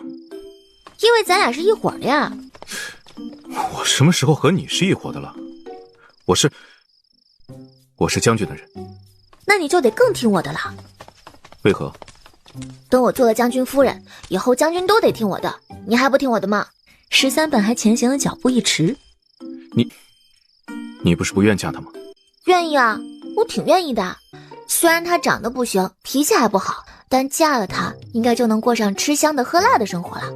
这年头能当个咸鱼，谁又愿意努力啊？反正我不想努力了。13沉默，且对这个答案相当的不满意。他臭着一张脸，别指望了，吃不了香，也喝不了辣。不是，你们将军那么小气啊？他不小气，只是很穷。都当将军了还穷？我不信。信不信他也是穷？算了，我不管他穷不穷吧，只管你答不答应帮我保密。13不语，他就用那可怜兮兮的目光望着他，且一步一步直将他逼退到大树边上。13背抵上树干的同时，小丫头已经凑到他胸前了。13哥，你看着我的眼睛。几乎在说完的同时，他的左眼已全数化黑。13哥，你看着我的眼睛。13的呼吸陡然一滞。13哥，你跟着我念，你什么都没有听见，你什么都没有看见，你什么都不记得。听到这句话，13的目光才从他左眼移到他脸上。不得不说呀，这丫头生这一张足以令所有男人为之倾倒的脸，但是她居然想催眠他。你是不是当我是傻子啊？不是。宁仙仙凝眉，疑惑自己的催眠为何不起作用。你念啊，为什么不跟着我一起念？跟着你念，然后中你的幻术。什么都忘记掉，也就什么都说不了了，是吗？你那些术法对我没用的。你到底是什么？你真的是人吗？当然。13突然顿住了，之后才冷冷的道：不是。他这样说了，宁仙仙反而不信了。骗人！你就是人，你肯定是真的人。但是好奇怪啊，你一个普通人怎么这么厉害？我跟你说啊，自打我出山，还是第一次放不倒普通人。谁跟你说我是普通人呢？是啊，你本来就不一般啊，毕竟身上有那么多的黑。13挑眉，黑什么？没什么没什么。不过13哥，你为什么这么厉害？怎么做到的？13冷着脸不肯回答他，宁仙仙就一直缠着他问，最后还干脆耍起了赖。你不回答我也可以，反正我会一直问，一直问，一直问。你一个姑娘家的，怎么如此赖皮？就赖了，赖定你。13不知道还能说什么，最后只能闷闷的回答：没有为什么，天生的。哇，天生的就更厉害了。哎，你都这么厉害了，那你们将军一定更厉害吧？13不答，宁仙仙就又哎了一声：哎，怎么不说话了？你们将军不行啊？谁说他不行了？他很行。很行这2个字，13咬得极重，像是在强调什么重点。宁仙仙一个山里的小丫头，哪里听得懂这个？很行就很行嘛，这么大声干什么？二小姐，明日便能进京了，但今天天色已晚，城门已关，就只能暂住别庄一晚了。不过您放心，这是宁府自家的庄子，房间也是提前备好的，住在这儿跟住在府上是一样的。宁仙仙对此不甚在意，只点点头应了。这位就是二小姐吧？老奴宁长生啊，您叫老奴老宁就好。二小姐饿了吧？庄子里也没什么好东西啊，只是备了些粗茶淡饭，还请二小姐先将就着用啊，明日进了府啊便好了。仙仙在山上的时候，有时候一个馒头就能打发一天，粗茶淡饭什么的自然也不会嫌弃。但是当他真正进了里屋，看到一桌子的美味珍馐，心说这还叫粗茶淡饭呢？你们有钱人对于粗茶淡饭是不是有什么误解？不过想来人家说的也是客套话，他便什么也不多讲，只微笑道：很好，您辛苦了。不辛苦不辛苦，应该的。二小姐请上座。宁仙仙完全没有客气，马上就上了座。不过想着自己毕竟是要进阁老府当小姐的人，行为上也不能过于粗鄙，便假装矜持的没有动筷。直到所有的人都落了座，他这才慢条斯理的拿起了筷子，然后夹了盘子里最大的那块红烧肉，直接塞进了嘴里。真香啊！他今天吃第几顿了？老奴也不知道啊。春香，人呢？啊，死哪儿去了？二小姐问话呢，还不赶紧过来？来了！一个看起来老实巴交的妇人慌慌张张地奔了进来，见到宁仙仙就直接跪下，咚咚地磕了2个响头。对不起啊，二小姐，是奴家的小子冲撞了您，奴家这就把他带走，求您别生气，别罚他，就饶过他这一回吧，他只是还不懂事而已。你别这样，我没打算罚你的孩子，只是问他今天吃第几顿饭了。夫人一听这话，脸色顿时大变。就是正常吃的呀，奴家吃几顿，他吃几顿啊。不过您给的这一碗算上的话，是第4顿了。其实他说的是实话，这孩子确实今天才吃了第4顿，但之前的2顿且不提，第3顿足足吃了4个大人的量啊！不可能，你看他那肚子都快撑破了。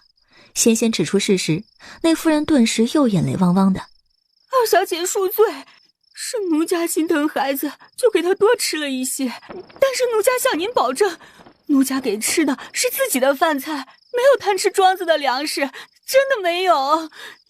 求您不要赶奴家母子离庄，求求您了。哎呀，我不是那个意思，我有那么吓人吗？你别总是这样啊。他感觉自己说不清楚了。算了，你带孩子下去吧。但是今天晚上无论如何不能再给孩子吃东西了，要生病的。是，二小姐放心，奴家定会好生看管他的，绝不再给他吃东西。宁仙仙觉得这夫人怕是又误会她的意思了，不过这一时半会儿的说不清楚，而且呢，人家明显没有跟她说实话，她也就不多事了。只是有些事情到底是避不过的。半夜里，那孩子还是出事了。憨儿，你在哪儿啊？别吓娘啊，快出来吧！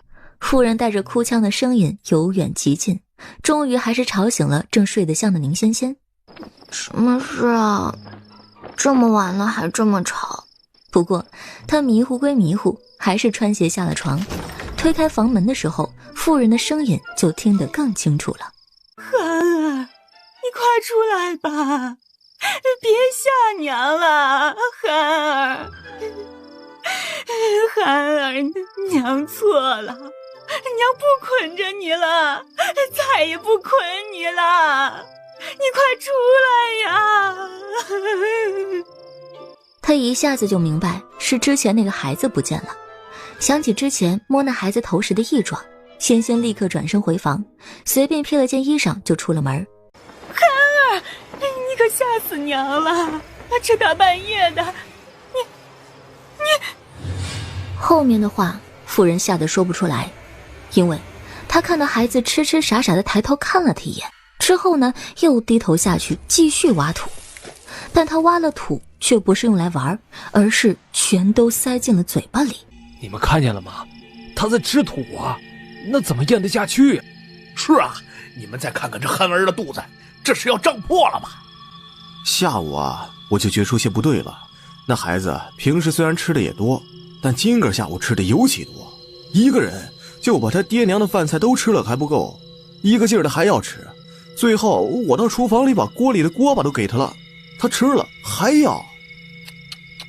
这么小的孩子怎么能吃那么多啊？可不说呢，憨儿娘见了也是害怕，不敢给他吃，结果他不就跑去二小姐那边了吗？结果又是吃了一碗饭。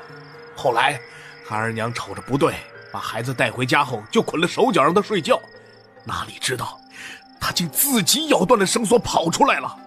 这是咋回事啊？莫不是疯了？我看啊，是中邪了。二小姐，能不能给孩子看看呢？你是说我吗？方才老奴和海管事聊了一会儿，您这一路上丰功伟绩啊，老奴也是听说了一些，所以您看我看是可以给看的，不过你拿主意行吗？要不要问问孩子他娘？要是他不乐意，我就不好出手了。春香，还不快过来求求二小姐，你家小子还想不想活呀？那夫人其实也不知道宁仙仙有什么本事，但她却很是相信宁管事。见她都这么说了，立刻跪地西行至宁仙仙身边。二小姐，您大人有大量，您是活菩萨，求您救救孩子吧。你别哭了，我又没说不帮你，你先把孩子带回去再说吧。娘，我饭饭。儿啊，不能再吃了，再吃就撑坏了。可憨儿不听啊，一直不停地哭闹着。这时的宁仙仙正观察着憨儿母子的屋子，她仔细瞧过了，屋子里没什么，唯一不对劲儿的只有憨儿这孩子本身。他白天是去了什么不干不净的地方吗？没有啊，就是在庄子附近玩，也不是他一个，庄子里的孩子们每天都在一块玩的，就那几个地方，没什么不干净的呀。宁仙仙想说，他指的不干不净啊，可不是表面能看出来的。不过这种事儿呢，跟普通人解释还要半天，索性又问，那就把其他孩子也叫过来，问问看他们白天都去了什么地方玩，说不定啊，能问出些什么来。宁管事一听，立刻吩咐手下去带孩子们过来。手下带回来3个男孩和1个女孩。宁仙仙的目光很快在那4个孩子身上转了一圈，这一转就发现孩子身上好像都沾了些不干净的东西，这便证明啊，他们白天玩的地方确实有问题。不过孩子们明明都不大，却都一脸警惕地看着他，防备心极重的样子。他觉得这里面指定是有事儿的，但也没开口，只看了宁管事一眼。宁管事可是个聪明人，立刻会意了。你们几个白天都带憨儿上哪儿玩去了？河边，还有后面的田里。那你们有没有遇到什么奇怪的事儿啊？或者是奇怪的人呐？特别是憨儿，他干了什么呀？挖蚯蚓，捉小鱼儿，扔石头。这听起来也都很普通啊。你们再好好想想，有没有忘了什么重要的事情没有说？3个男孩互望了一眼，眼中似乎闪过了什么只有他们自己才看得懂的东西，最后齐齐摇头。只有那女孩也不知是不是被吓到了，一直低着头缩在娘亲的身后，像是在害怕着什么。既然孩子们什么都不知道，就送他们回去吧。就这样。我原以为啊，他们是知道些什么的，所以才叫他们过来问，问完了就把他们身上的问题也一并解决了。可既然他们不肯说，不是，我是说，既然他们什么都不知道，那可能只有憨儿有事儿吧。我呢，就把憨儿治好即可。至于其他的人，余下的话宁仙仙没有说透，但谁都能听得出来这话里有话。那个小丫头的娘亲立刻紧张了起来。二小姐，您的话是什么意思呀？奴婢的女儿不会有事吧？应该吧。宁仙仙说的十分不肯定啊。若真如方才所言，他们只是到了河边，在田里玩了一会儿，那自然是不会有事的。除非他们也做了与憨儿同样的事情，或者与憨儿所做的事情有关。那样的话会怎样？那当然是憨儿现在怎么样，他们以后就会怎么样了。这话一出，那妇人顿时抽了口凉气，几个孩子也终于白着小脸看向了正被捆在床上不停抽搐的憨儿。3个男孩又一次你看看我，我看看你，虽然还是没开口，可表情明显有些松动了。倒是那个小女孩吓得哭了起来，她声音弱弱的带着惬意，还踢了球，憨儿踢了球，踢到河里了。孩子娘立刻追问道：什么球？白白的球。小姑娘怯生生的，声音极小，还吞吞吐吐的，可把孩子娘给急的。哎呀，哪来的球？妮儿，你倒是说清楚呀。壮子哥他们捡来的，赔给憨儿的。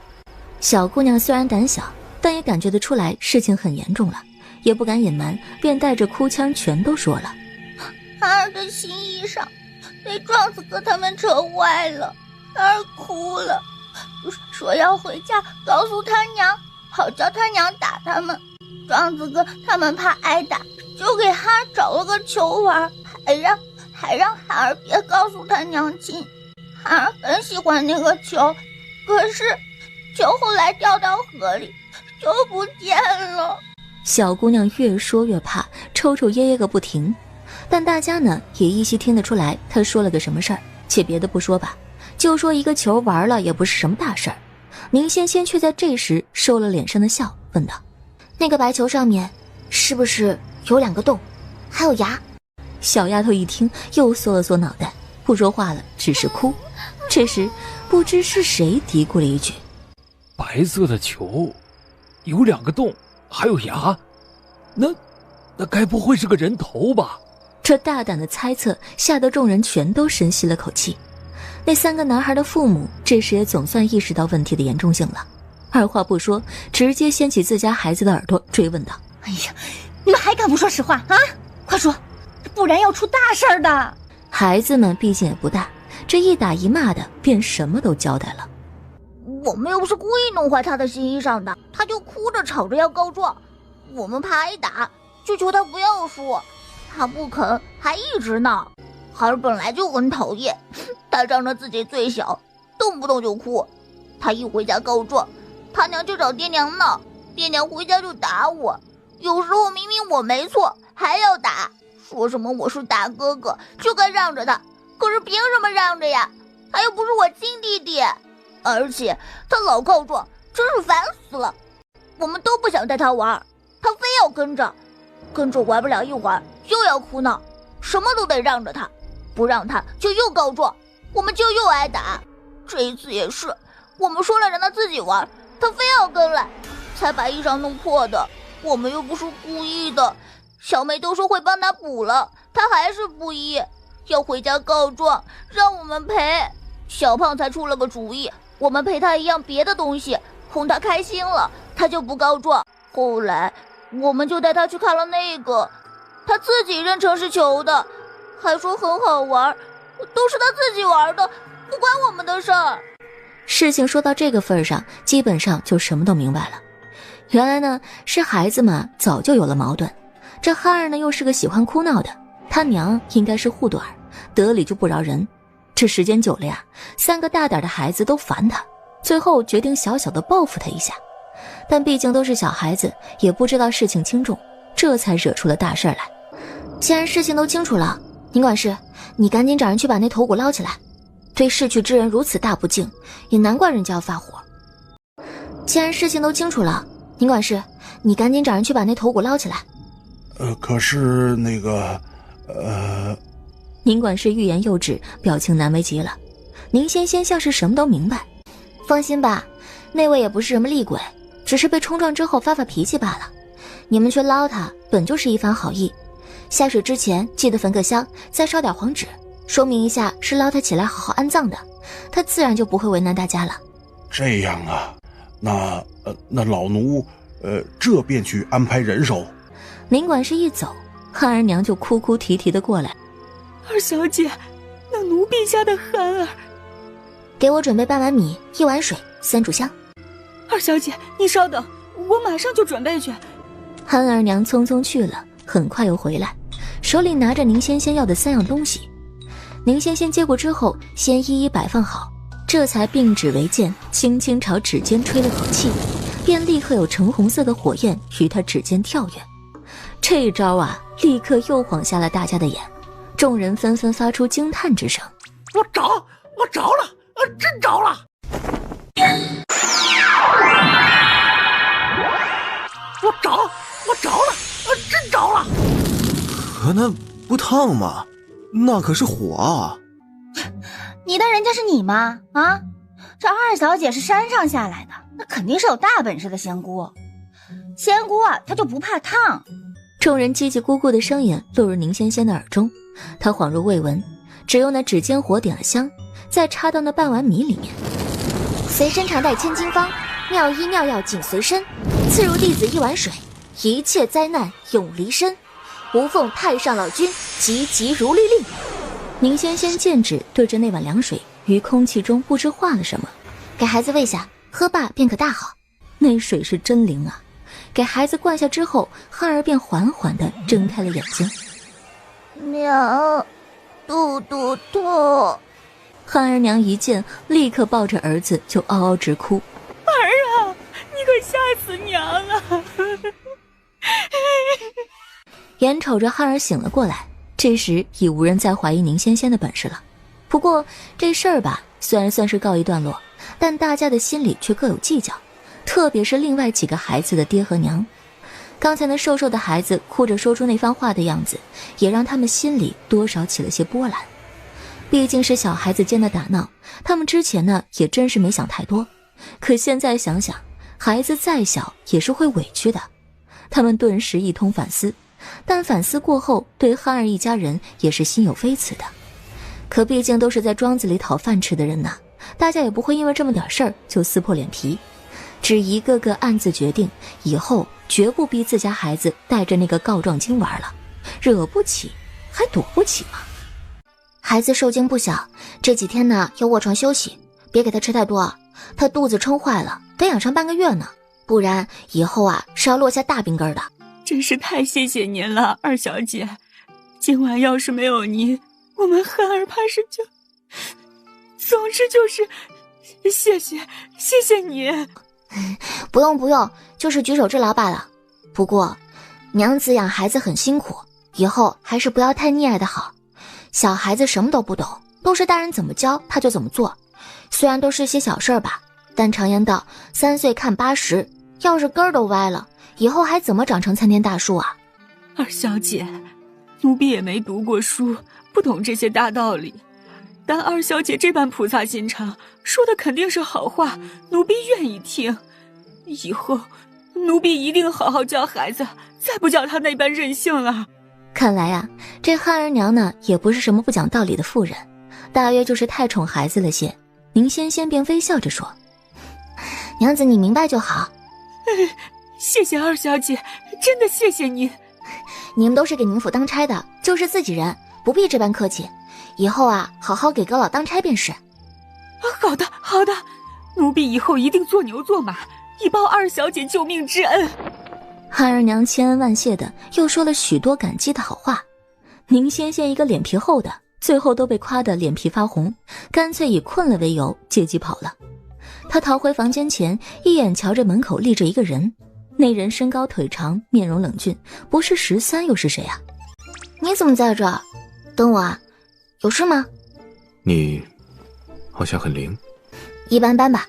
13低头看着他那张如玉的小脸儿，月光下小丫头的皮肤吹弹可破，细若流光，她心尖儿似生出了某种如丝的弦，轻轻一拨，弦丝就颤动着，令她无法不动容。于是声音都更低了些。明日你入阁老府后，我们便该走了。所以你这是提前来跟我道别的吗？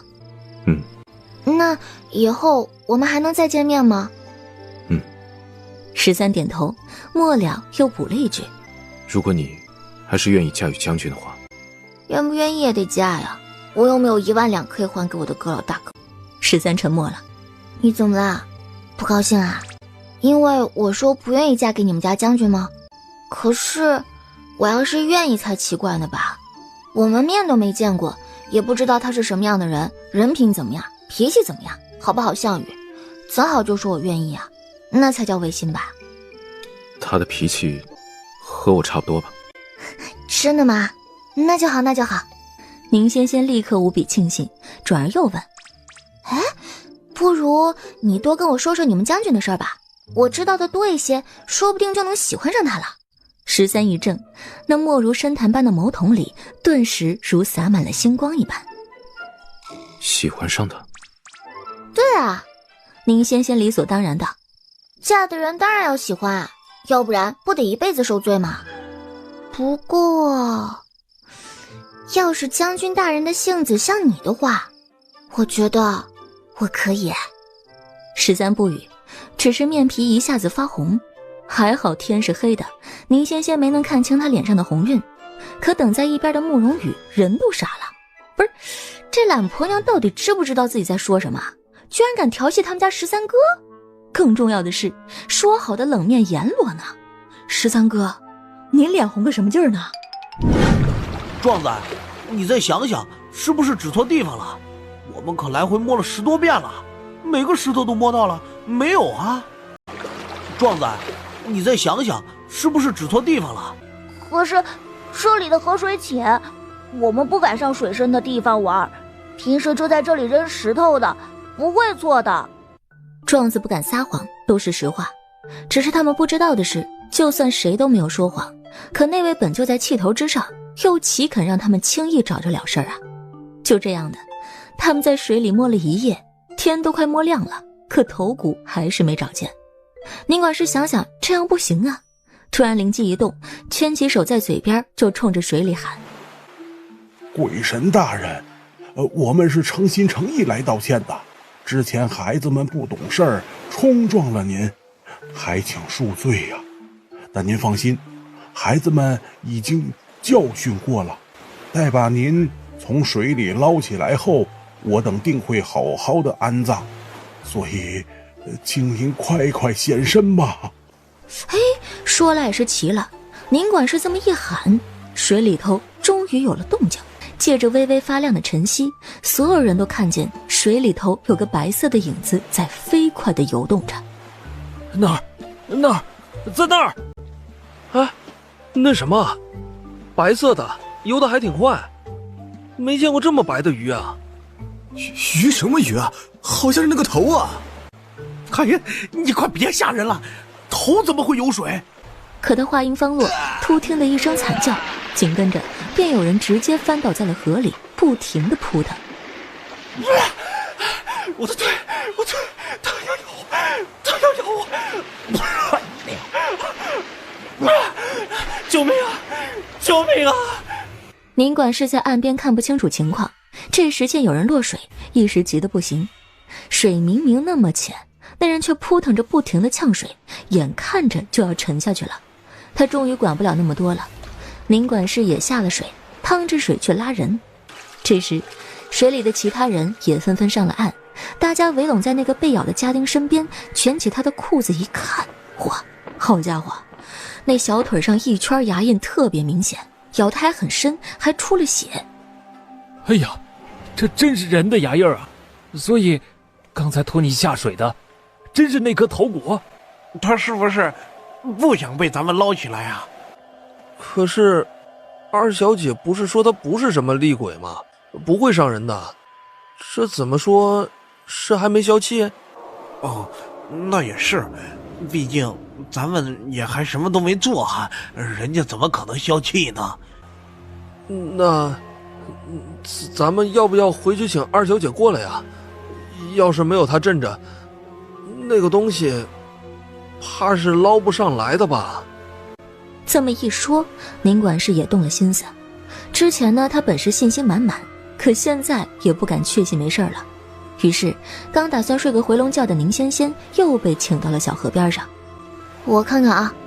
这时天已微亮，借着晨曦的薄光，他认真检查起被咬的家丁。咬得这么深呢？他跟你有仇啊？没有，二小姐，小的怎么会认识他？你知道他是谁吗？就说不认识。被这么一反问，那个叫阿典的家丁也愣了愣，他抓了抓自己的头，很是纠结的样子。二小姐说的好像也有些道理，但是小的真的不知道他是谁，也不晓得认不认识，但小的平时从不与人结怨，当时没有仇家的。你再好好看看这个牙印儿，牙印的上面一圈明显缺了2颗牙，而下面一圈的牙印则是歪歪扭扭的，显然是牙口不整齐。这本也不是什么稀罕事儿，因为许多人的牙都不是整齐的。但也正因如此，阿典越瞧那牙印就越发觉熟悉，像是在哪儿看到过似的。二小姐，小的可能真的认识这个人，但小的就是记不起来他是谁了，毕竟这也就是一圈牙印啊。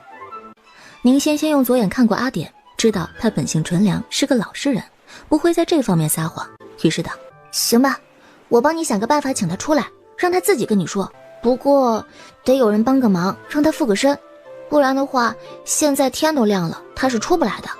这话一出，所有围观的人皆都一闪而退。这出来看热闹是一回事儿，可借身附鬼那就是另外一回事了，那会损阳寿的。那再说了，谁又敢保证被鬼上身之后会不会被夺了身体呢？大家都不愿意啊。这时有人弱弱地问：只能上人的身吗？其他活物的行不行？比如那个……大家顺着那家丁手指的方向一看，才发现他指的是正在河边游水的一群鸭子。大家齐齐沉默了。宁仙仙起先也觉得这人是不是故意的，这不坑鬼的吗？但仔细琢磨了一下，又觉得这主意其实还不错。毕竟阴阳有别，鬼上人身多少还是有损身体的，但鸭子那就不要紧了嘛，哪怕是死了也能炖了吃，不浪费呀。于是他虽然觉得有点对不住那只鬼，但还是爽快的：那就凑合凑合，附身那个吧。可这会儿却是那只人头骨不乐意了，他知道宁仙仙要他上个鸭子身，就开始在水里挣扎。可宁仙仙哪里管他是什么意见呢，只一张黄符扔进了水里，马上冒泡的那处便翻滚了起来，像是那儿放了一口烧开水的锅。很快的，锅里冒出一缕青烟来，那青烟不情不愿，扭扭捏捏，极力抗拒，但最后还是被强行扯进了某只大麻鸭的身体里。大麻鸭全身一个机灵，之后豆豆眼里就写满了哀怨。可哀怨归哀怨吧，那都已经这样了，还能咋地啊？只好自己游过来了呗。然后在场所有人都见证了奇迹。你这个不孝子，看老子咬不死你！听着熟悉骂人的调调，突然从那张鸭脸上仿佛看到了一个熟悉的身影。爹！庄子里的老人们都是认识阿点爹的，知道是他回来，居然就没那么怕了。毕竟阿点他爹虽然脾气不好，但却是一个实实在在的老好人。而这时那只大麻鸭居然还哭了起来。你这个不孝子啊，你就让我死在外头不管呢？我那一把老骨头了，就这么烂在山里水底，现在就剩一个脑袋了，还要被几个臭小子当球踢，哎呀，我是死也不能瞑目呀！爹啊，真的是您啊？是真的吗？您回来了？可是我哪里让您落到山里了？不是好好的厚葬了吗？你葬个屁呀！你葬！你连你爹的尸骨都能认错，你这个不孝子，我真是白生了你！啊，认错了？这怎么可能呢？还有什么不可能？老子现在还暴尸荒滩呢，我能不知道自己在哪儿？你这个不孝子啊，让你瞎了眼睛，让你瞎了眼睛！本来他还哭得挺苦情的，但这突然蹦出来的一声嘎嘎，顿时让宁仙仙都想笑了。可这时候发笑着实是有点不厚道，他忍了忍，说道：“那个大爷，您快别哭了，有什么委屈您趁这个机会赶紧说清楚，这样咱们也好找回您的尸骨，好帮您入土为安呐。”二小姐，小的没别的要求，就是恨着眼下的儿子不成器，我咬他两口不能解气。说罢，他又狠狠地啄了儿子的头几下，这才算是气顺了。那现在您气解了，就赶紧说吧，您的尸骨到底在哪儿呢？说清楚了，也好叫阿点去捡回来收敛吧。捡个屁的捡，怕是这辈子啊都捞不起来了。小的那把老骨头啊，在山上的寒潭底呢。可您怎么会在那儿啊？陈掌柜不是说您是上山挖参，不幸滑下山坡，最后被狼吃了吗？他说什么你就信呀？你这傻缺二愣子！阿点被这大麻鸭骂得一愣一愣的，但同时心里也打起了鼓。那要是他爹不是那么死的，那掌柜为什么要骗他呢？一个可怕的想法顿时在脑中成型。那您的头怎么在这儿啊？那是因为……原来呀，阿点他爹的死是意外，也非意外。10年前，阿点他爹到山里采草药的时候，意外寻得了一颗野山参，而且是被人系了红绳的那种。采人参呢，素有系红绳的说法，传说呀，人参是妖精会跑，但系了红绳之后呢，人参就被打了标记，跑不掉了。可当年阿点爹寻的那颗人参，虽然是被系了红绳，还是跑了，但能跑的人参一定是极品。所以药铺的陈掌柜听说这事儿之后啊，就主动找到阿点他爹，想请他带他上山再寻一寻这颗参，还承诺他若是寻得了就给他重金买下，寻不到呢也给他1两银子做跑路费。因为有了头一回的失败经验，陈掌柜让我带他上山前先带我去拜了山，又是烧纸又是焚香的，说是祈求保护。我反正也不懂，就是什么都听了也照做了。还别说呀，这么拜了后，进山的路走得特别的顺畅，比平时上山时容易多了。到了山上，我们拿着索宝棍压草寻宝，谁都不敢出声，生怕惊动了他，又叫他跑路。这样寻了大半天的功夫，快天黑的时候，终于叫我找着了他。他身上还系着那根红绳呢。我当时就大喊一声：“棒槌！”听说这样人参就能被定位呢。我也不知道管不管用，反正就这么喊了，然后拿草帽啊给他盖住了。嘿，还别说呀，这么做了后，他真的没跑了。陈掌柜这时也过来了，他说怕这样还是不够，毕竟之前那根红绳啊明显就拴不住他，所以想再给他系一根咱们自己带来的。我想想也是有道理，就拿开了草帽。可就是那一拿，他变了。大家都以为阿点他爹会说人参又跑了，没想到他说的是变了。可就是那一拿，他变了，他变成了一个小娃娃，就跟刚出生差不多大小那种娃娃，白白胖胖的。哎呀，这是成精了呀！哦，成精了，那不就是人参娃了吗？天哪，那得长了多少年的人参才能成精成娃呀？这至少得长个1800年吧。大家的议论声中，阿典他爹又嘎嘎地说道：我也是这么想的，立刻就追了上去。那后来呢？还是让他跑了。当时我们追到山顶那个寒潭边上，他呲溜一下就钻进了那个寒潭里。然后呢？大家齐声又问。然后陈掌柜就把我推进了水里，还说只要我把那个人参娃给他捞上来，就给我100两银子。100两啊！大家齐齐吃了一惊，纷纷惊叹于陈掌柜的大手笔。只有亲儿子阿典激动地叫了起来：可您不会水啊，他把您推到水里不是让您死吗？可不说呢，他个老混蛋也不问问情况就推我，我一下水啊就跟个实心的秤砣似的一直往下沉。落到水底下时啊，我倒是真见着了那个人参娃，可也就是最后一眼了。事情说到这儿，基本上也就真相大白了。二小姐宅心仁厚，又有神仙手法，若是日后啊有用得着的之处，但请吩咐。宁仙仙也没有什么好吩咐一只鸭子的，只伸手摸了摸大麻鸭的背，就是那么一摸，他左眼突然暗光一沉，很快的又是一幅幅陌生的画面皆在他眼前展开。宁仙仙出了会儿神，直到耳畔响起大麻鸭略带羞涩的声音：二小姐，原来你喜欢鸭子啊？你才喜欢鸭子，你全家都喜欢鸭子。大麻鸭不明白自己怎么就说错话了，喜欢鸭子有什么问题啊？鸭子多好啊！但这位二小姐只是看着好说话，其实一点就着，是个火药桶子。她呢也不敢得罪，只能闭嘴不嘎嘎了。那么现在你的冤情也解了，咱们是不是也该来算一算别的？比如把你交给阴差带下去什么的。不，我不投胎，我不去地府，我怕。大麻鸭的声音原本就低哑，这时甚至还带了些哭腔，整得好像宁仙仙在欺负鬼似的。可他哪有什么坏心思啊，只是想送他下去重新做人罢了。但大麻鸭却有自己的想法，他说：我这10年飘来荡去的，也过得挺好的，为什么要去投胎呀？谁知道会投到什么人家，又要过什么糟心日子，我还不如就这么混着得了。这不合规矩。规定是死的，人是活的。可你是死的。我不管，我就不投胎，不投。你要是逼我，我就算下了地府，也要天天画圈圈诅咒你。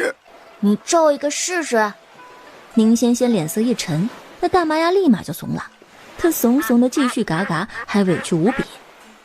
从前活着的时候，每日都要下地干工，1年干到头，满打满算也不过挣那几两银子。到了新年，想扯块布给媳妇儿做身新衣裳都没有多余的。我自个儿更是，自打成亲以后啊，再也没有裁过一身新衣服，睡过一天懒觉，吃上一顿好饭。可我死后啊，每天不是睡就是躺。虽然是无聊了些，可都不用干活了，还嫌什么无聊啊？而且不吃东西也不会感觉饿，只要逢年过节回家吃香火。房子也是，以前再怎么也得搭个窝棚住着，现在我哪儿不是睡啊？都不用我存钱盖房子，这样的日子我很喜欢，不想改变呢。二小姐，您就让我留在庄子里吧，以后白日由着他们照看，晚上由我来巡逻，保证给你把庄子看护得稳稳妥妥。宁仙仙想说的是，关我屁事啊，这又不是我的庄子。不过一如他之前所言，阿典他爹呢也确实不是什么恶鬼。他想了想，从怀里掏出一个土黄色的小本，本上书加粗加黑的5个大字：仙仙鬼气账。来，画个鸭，不然我不信你。我不会呀，不只是不会画鸭子，其实我大字不识，什么都不会画呀。不是让你画鸭子，我是让你画鸭，你听不懂吗？妈妈，懂了。可是我不会写字儿啊，按手印行吗？大麻鸭说着，举起了他的鸭脚掌。宁仙仙一看，脸都青了。不过他倒也没发火，只是很快又掏出一支笔来，沾上朱砂，飞快地在本本上写了2串鬼画符一般的字，字是分一左一右写完的。写完，他从中间折了一下，再一把将大麻鸭薅了过来，捏着他的脚在朱砂上踩了一下，之后呢，又一左一右分别在本本上印了2个鸭脚掌。成啊，这边算是画好鸭了。这也行啊？不然你亲自出来摁手印啊？不要了。别看这是个小畜生，身子骨还蛮结实的，我住里边蛮好的。他不肯出来，主要是担心在宁仙仙面前出来不知道会遭遇什么，所以他宁愿苟在这鸭身子里。宁仙仙也不逼他，只将右边这份撕下来塞进了鸭嘴里。行，这份儿你的，那份是我的，咱这就算是签下死契了。以后你若敢行凶持恶，我会在第一时间知道。知道了，我就来收了你。大麻鸭吓得肥肥的身子一抖，再也不敢瞎嘎嘎了。事情这便算是彻底了结了。你确定这就是真相？你不觉得奇怪吗？淹死也是死，被狼咬得面目全非也是死，有什么区别吗？为何陈掌柜不直接告诉阿蝶，说他爹就是失足滑到潭里死，非要绕这么大一个圈子？因为后面还发生了一件事儿，但阿典他爹当时是个心死之鬼，应该还处于一种半迷糊的状态，找不着北呢。毕竟有些人死之后魂魄飘出来看到自己的尸体，那是又害怕又绝望，还得躲阴差，应该就错过了那一段。哪一段？仙仙看了眼慕容羽，对13招招手。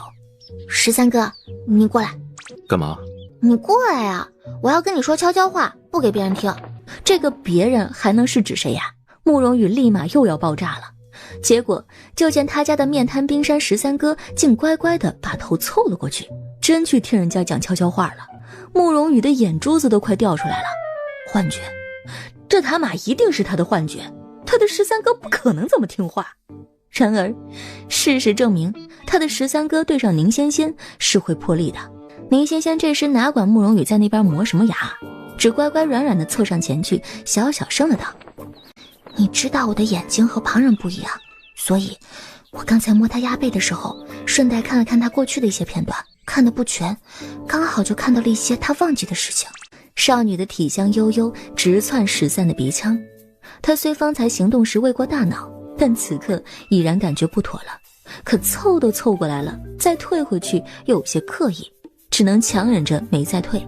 但小丫头在她耳边说话的时候，热热的呼吸轻喷在她脸侧，13的脸慢慢的就热了起来，一开始还只是面颊，到后来耳根子都几乎红透了。这一幕看在慕容羽眼中又是好大一阵急喘气儿啊！不可能，绝对不可能，他一定是瞎了，不然怎么可能看见13哥脸红呢？但这假神棍的小骗子到底都跟13哥说了什么呀？他怎么会如此？可惜这回还真是慕容羽冤枉宁仙仙了，他也没说什么不该说的话，就告诉13，那个人参娃是个好娃娃，他见自己躲进水里，害得阿典爹淹死了，很是内疚，就努力用自己的小身子将尸体顶出了水面。可当陈掌柜看到人参娃娃重新出现的时候，却只想抓住他这个小宝贝，于是最后人参娃娃被抓了，阿典爹的尸体又沉下了潭里。那寒潭很深很深，陈掌柜自己不敢下去捞尸，也不敢请人过来捞。本想着等几天尸体就自己浮上来了，可他足足等了3天，尸体还是没起来。他害怕了，才找来具假尸骗人，怕认出来，才叫狼咬成了面目全非的样子，又赔给了阿典家许多银子，算是了结了此事。只不过人在做，天在看，不是不报，时候未到。如今陈掌柜终归还是自食恶果，得了报应。虽然宁仙仙不知道最终官府会如何判陈掌柜的罪行，但一命抵一命是跑不了的，就是可惜了那颗人参娃娃，也不知道最终被陈掌柜怎么霍霍了。千年老参啊，一定很值钱。这嘀嘀咕咕地说着，以为没人听见，但13耳力极佳，将他的小遗憾尽收耳中不说，唇角还不自觉地带了丝笑，很浅很淡，一闪而逝的笑容却还是落入一直盯着他的慕容羽的眼中。以前13哥从来都不笑的，从来，所以13哥真的不正常，莫不是叫这小神棍下了咒，迷魂咒的那种？宁仙仙这时仿佛感觉到了什么，下意识的一侧头望向马车前方。这时驾车的家丁惊呼道：哎，路上有东西！这一看，所有人又惊了，那竟是一只白色的刺猬。白色的刺猬呢，虽然说不常见，但也不是什么绝对稀有的品种。但这只不一样啊，这只刺猬的个头大呀，跟头小猪崽似的。海管事看着面前一大坨，心里仿佛有万千奔马在来回的疾奔着。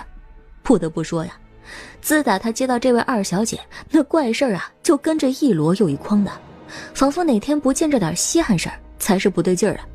车夫啊，你下来吧，车上的重箱子、重行李也都卸下来。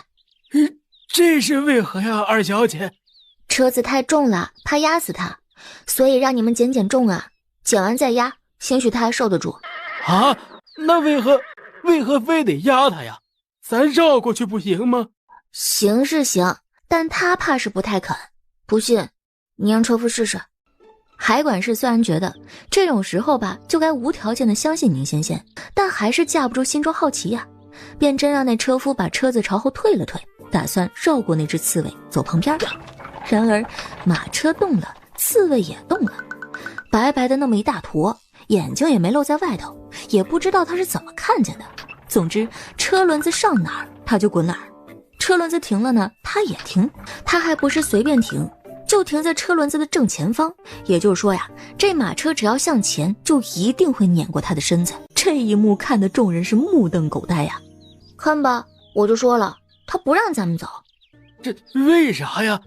他就想咱们压压他，就算不死也会受伤吧。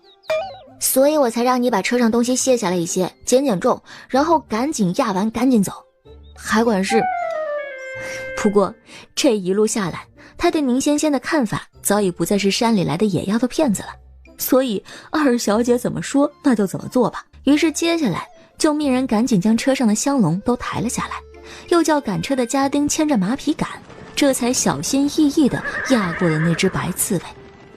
吱的一声，白白的一团发出痛苦的声音，之后团成的球就压扁了，一张尖尖的小脸露了出来，黑豆豆的眼里还包着2泡泪，但还是倔强地坚挺着，直到马车整个从他身上碾了过去，他才四肢一松，哇的吐出了一口血水来。哎呦，吐血了吐血了，这怕不是要压死了？咱们府上的马车就算什么也不装，其实也不轻啊。家丁们不敢大声，只挤在一起窃窃私语。宁仙仙完全没管他们在说些什么，只是赶紧想上前查看一下那只刺猬的伤势。我知道你是在讨风，挨过这一招，你便是白仙了吧？虽然白仙管的就是治病疗伤，但你现在还不能自治。先吃我一粒丹药，续上这口气。白仙原本就是保家仙中保人治病疗伤的，他当然也能闻得出来丹药的好坏呀。于是就这么一闻，胖刺猬的豆豆眼里立刻闪动起光芒来，他一张嘴直接吃了那粒药丸。几乎在丹药入肚的时候，他便感觉到有股暖意从肚腹直窜而上，紧跟着全身上下都暖洋洋的，舒服极了。不一会儿，之前还吐血的胖刺猬已经可以4脚站立了。宁仙仙一看笑了，看来是恢复了。那么他双手一拱，竟对着那白白胖胖的刺猬微微一拜：偶遇即为缘，封你为人身，不求济苍生，但求不惑世。若行不义事，天打五雷轰。声落，那白胖刺猬的脸上隐约现出些喜色来，之前的忐忑焦虑也在瞬间一扫而空，仿佛是了却了一桩大心事。去吧，我们也该走了。白胖刺猬点了点小脑袋，转身离开了。不过他腿短跑得慢，跑了一小段也没多远，但见他跑着跑着突然又回过头来，之后他2条后足分开，就跟个孩子似的站了起来，前足却交握在一起，遥遥地给宁仙仙做了个揖。做完，他才加快步伐，滋溜一声跑了。这一幕落在海管师和一干家丁眼中，众人只觉得这又是惊呆的一天呢。但是总感觉只要是发生在二小姐身上的事儿啊，大家现在什么都不觉得奇怪了，都可以接受。只有慕容羽什么都喜欢酸一句，哼，没见识，有什么好值得大惊小怪的？是没什么好奇怪的，不过日后大家若真的再遇到这种情况，也记着要注意帮他一把。白仙相较于其他4位，性子温和羞涩，也更懂得感恩。你们要是帮了他呀，日后他有机会也会回报你们。但仙仙这个说法却叫海管师诧异了。压他还是帮他呀？是啊，他在讨风嘛，动物修行不易，待得修炼到一定境界，突破了就能化出人身来。但是这个过程呢是相当艰难的，往往都是九死一生。比如大家都知道的蛟蛇化龙必须经历雷劫一般，劈死了就是一架白骨，那劈不死就化龙飞升了。那只白仙呢也是一样的，他要突破化形，所以也得历劫。这5大仙家里啊，白仙的情况要特殊一点，讨风的时候除了须得有人承认他是个人以外，还得有车马压过，能活下来的就是成功突破，要是活不下来的，要么死，要么再修500年。讨风，所以二小姐的意思是，刚才那只是那位大仙吗？对，5大家仙中的白仙。可仙家讨风不是化为人形，拦着便问他像不像人吗？看你说的，要是他都能化为人形了，还要讨什么风啊？正是为了正正经经的化形为人才要讨风的嘛。海管师一听觉得好有道理哦，然后他便忍不住又望了望白仙离开的方向。那方才二小姐帮了他，日后他是不是会来报恩呢？应该吧，宁仙仙不是很确定的样子。但就在此刻，吭哧吭哧的声音又传了过来，众人回头一看，竟是那只白仙又回来了。但他这回呢不是空手而归的，背上扎了一堆奇形怪状的果子。你是来给我送果子的？谢谢你啊，那我就不客气了。宁仙仙并没有跟他客气，大大方方地将他背上的果子都摘了下来。白仙儿这才眯了眯眼，笑着迈动他的小短腿，重新跑回山里去了。难得他一片心意，大家要吃吗？众人实在不是他们不给面子呀，只是那果子长得丑极了，表面很糙，跟树皮似的。这剥开之后呢，果肉的颜色还是紫中带黑的，那怎么看都像是吃了会死的毒果子呀。大家都不敢伸手接，只有13拿了一个过来，随口问道：这是什么果子？我也不知道，但是既然是白仙送过来的，定是好东西。刚要下口的13突然就感觉张不开嘴了，他低头看着宁仙仙：你别那么看着我呀，我真不知道这是什么。不过白仙是5大家仙中最擅长治疗各种疾病的家仙，他给的果子要不是治病的，应该就是强身健体的。总之啊，吃了肯定是没坏处。你确定？仙仙看了手中的果子，眨了眨眼，实诚道：不是很确定，不过我可是帮了他好大的忙呢，他总不能害我吧。13不说话了。这时慕容羽一把抢过他手里的果子。你别吃了，13哥，你听听他说的，一点都不靠谱，万一真吃出事来了怎么办啊？13没有去回想慕容羽拿走的果子，只伸手又从仙仙手里重新拿了一个，认真的看了半晌之后，还是剥开咬了一口。13哥，你……然后他就看见13的表情复杂起来，一开始像是震惊，之后是疑惑。快吐出来啊，13哥，你怎么这么冲动呢？啥你都敢吃？13并没有吐出来，也没有回应慕容羽，只是看着宁仙仙道：肉味的。啊？宁仙仙也呆住了，忍不住自己也拿了枚果子吃了一口，咬下去的那一刻，他双眼都发起了光。哇，好好吃啊，还是鸡腿味的。怎么可能？果子还能吃出鸡腿味？慕容羽不信，激得自己也吃了一个，然后他就呆滞了。怎么真的有点像在吃鸡腿啊？可这不是果子吗？宁仙仙又咬了一口，一边美滋滋的嚼着，一边含糊的说：是果子，可能这个就是鸡腿果。哎呀，什么鬼名字，难听死了。心里吐槽归吐槽吧，不过慕容也不知道是出自什么心理，竟又伸向宁仙仙。那个再来一个，还挺好吃的。不贵。然后他反手就塞了好几个给13哥，好吃你就多吃点。对这种明晃晃的区别对待，气得慕容羽差点又跟他打起来。还是13拦下了人，分他2个果子，他这才消停，没再跟宁仙仙继续闹。哎，瞧见了没有？车里坐的就是那位阁老府的2小姐呢。宁阁老府上不是只有一位大公子吗？什么时候有个2小姐了？哎呀，你这二愣子咋啥都不知道呢？京城都快传遍了，是说咱们皇上怜惜明将军战功赫赫，却连个枕边人都没有，实在凄凉，就想给他指个门当户对的婚事。这是好事啊。可坏就坏在说这话的那日，皇上新得了一坛梅子酿，本以为是果酒不醉人，没想到几杯下肚，风一吹，皇上就上了头。据说啊，皇上的意思是以明将军的为人和战绩，唯有1品大员府上的嫡女方可配得。哎，可你知道的呀，京城里权贵人家的女儿都是金枝玉叶，谁愿意嫁入民府吃糠咽菜啊？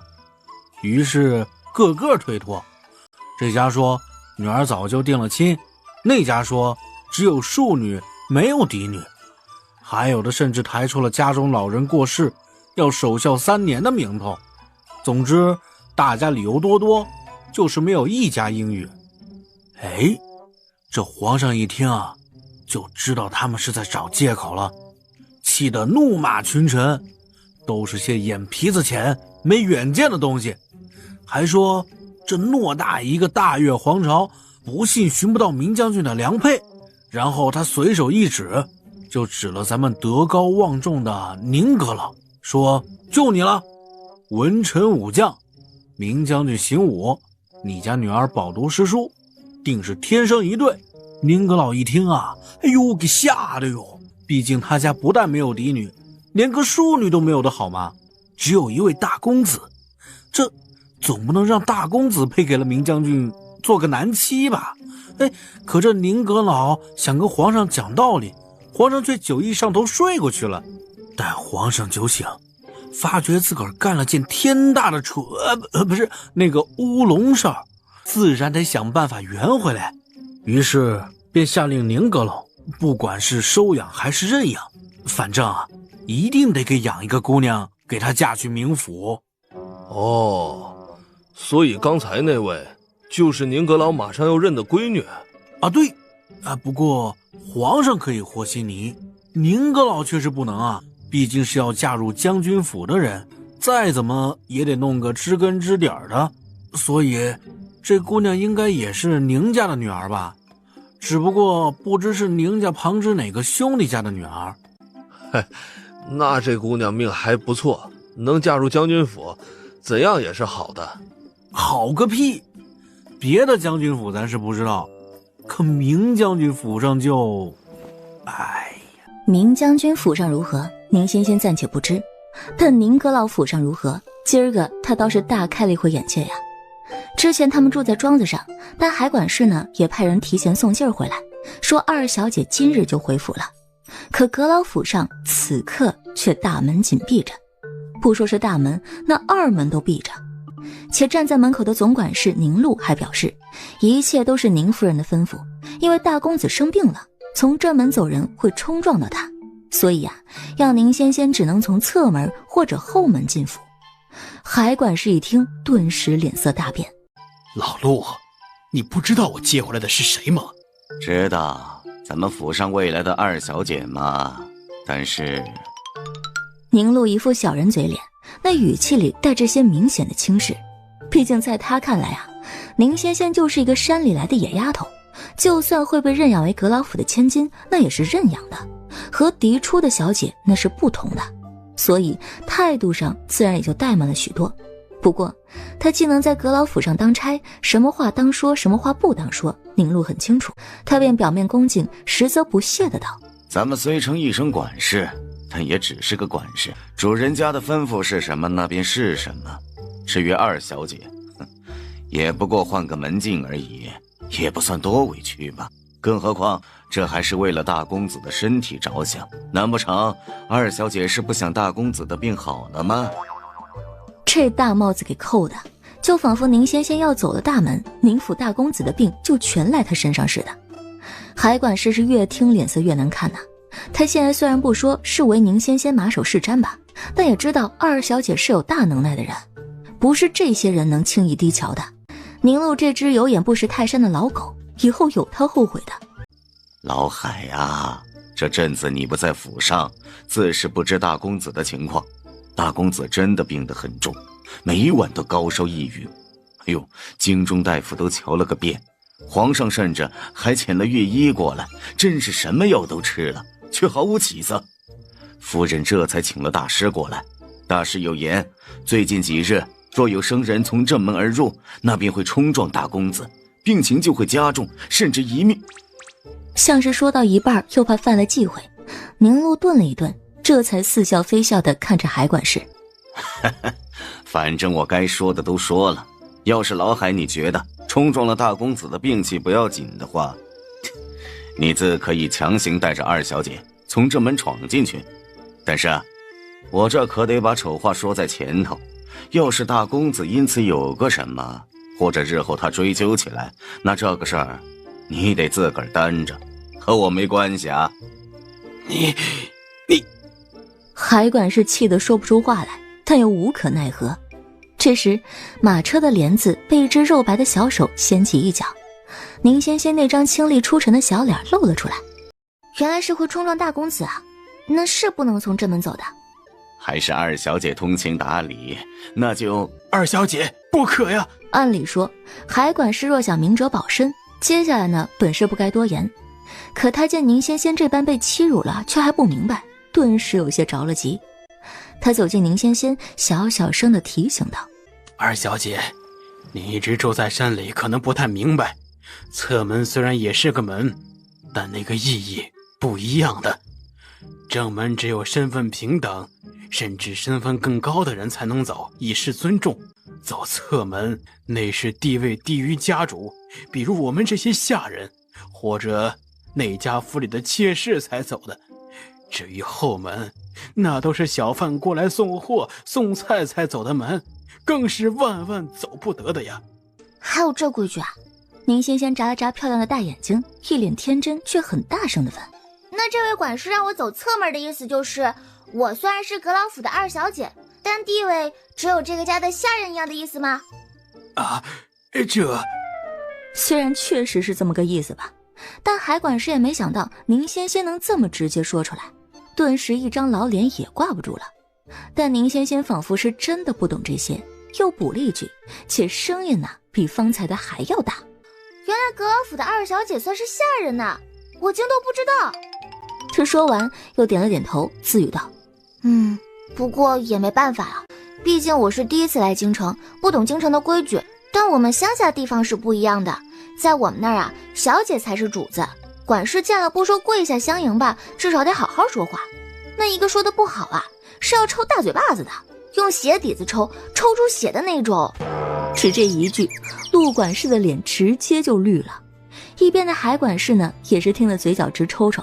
方才他还担心二小姐太单纯会吃亏呢，现在看来二小姐心里明白着呢，只是这二小姐的嘴呀真跟刀子似的，也不怕得罪人，不过很痛快那就是了。虽然只有个把月的相处，但海管事现在啊已经是一心向着宁仙仙了，所以他立刻道：不是这样的，二小姐你怎么能是下人呢？而且京城也没有这样的规矩，小姐就是主子，在哪里也是。说罢，海管事瞪了陆管事一眼：老陆，你可都听到了，让不让开？宁路不让，还有点恼羞成怒的样子。我奉的是夫人的命令，让是让不了的。老海，你要真有意见，寻夫人说理去呀，找我干什么？见他一副油盐不进的样子，海管事气得要跳脚。他纵然不是府里的大管事，也是二管事级别的，哪里不懂宁路的行为，就是夫人要给宁仙仙一个下马威罢了。海管事，你说夫人是不是不欢迎我啊？这还用问吗？那当然就是啊。但海管事不能说呀，只能抓了抓头，硬着头皮否认道：“不是的，这中间肯定是有什么误会。”误会？我只是没什么见识，我又不是傻子。宁仙仙看了陆管事一眼，又看了看阁老府那紧闭的朱红大门，哼的一声冷笑：“哼，既然阁老府上不欢迎我，这个二小姐，我不当便是了。”只这一句，海管事傻眼了。这怎么成啊？怎么不成？反正夫人既然这样做了，肯定是有她的理由。说不得呀，都找好新的二小姐了。那我呢，也是不跟人争的，从哪里来我就回哪儿去吧。说罢，宁仙仙转身就走，半点留恋的意思都没有。门口的陆管事傻眼了：“不会吧？真走啊？夫人只让我给个下马威，没说真要逼人走啊。而且他要是走了，阁老府又上哪儿去找一个嫡系的二小姐出来？”陆管事当机立断，抬手就想叫住人：“二小姐留步啊！”留个屁的步啊！宁仙仙不但不肯留步，还越走越快，只不过眨眼的功夫，人就跑没影了。陆管事这时心里一疙瘩：“哎呀，完犊子了，真把人气跑了，这可咋整啊？”还能咋整啊？当然是报夫人啦！让他走，这京城地儿大人多，却没有一处是他的容身之所。我看他一个野丫头还能上哪儿？夫人说的是，更何况这般手段咱们可是见得多了。一个山野丫头能入咱们阁老府做小姐，那是她几辈子修来的福分，她求都求不来，哪里肯就这么走了？定是故意做样子给您看，好叫您着人再把她请回来。请回来？还真当自己是个玩意儿了。宁夫人说着，又是一声冷哼：“哼，等着瞧吧，过不了一会儿就自己求着回来了。”求着要回来？怎么可能啊！想他先前之所以肯来京城，不过是因为阁老府上替他还了1万两银子，他还不起，只能把自己给赔上。但现在这个情况可就不怪他喽，又不是他不愿意回来帮忙解燃眉之急，那是人家不勒他去啊。那他不走，还要等着过年吗？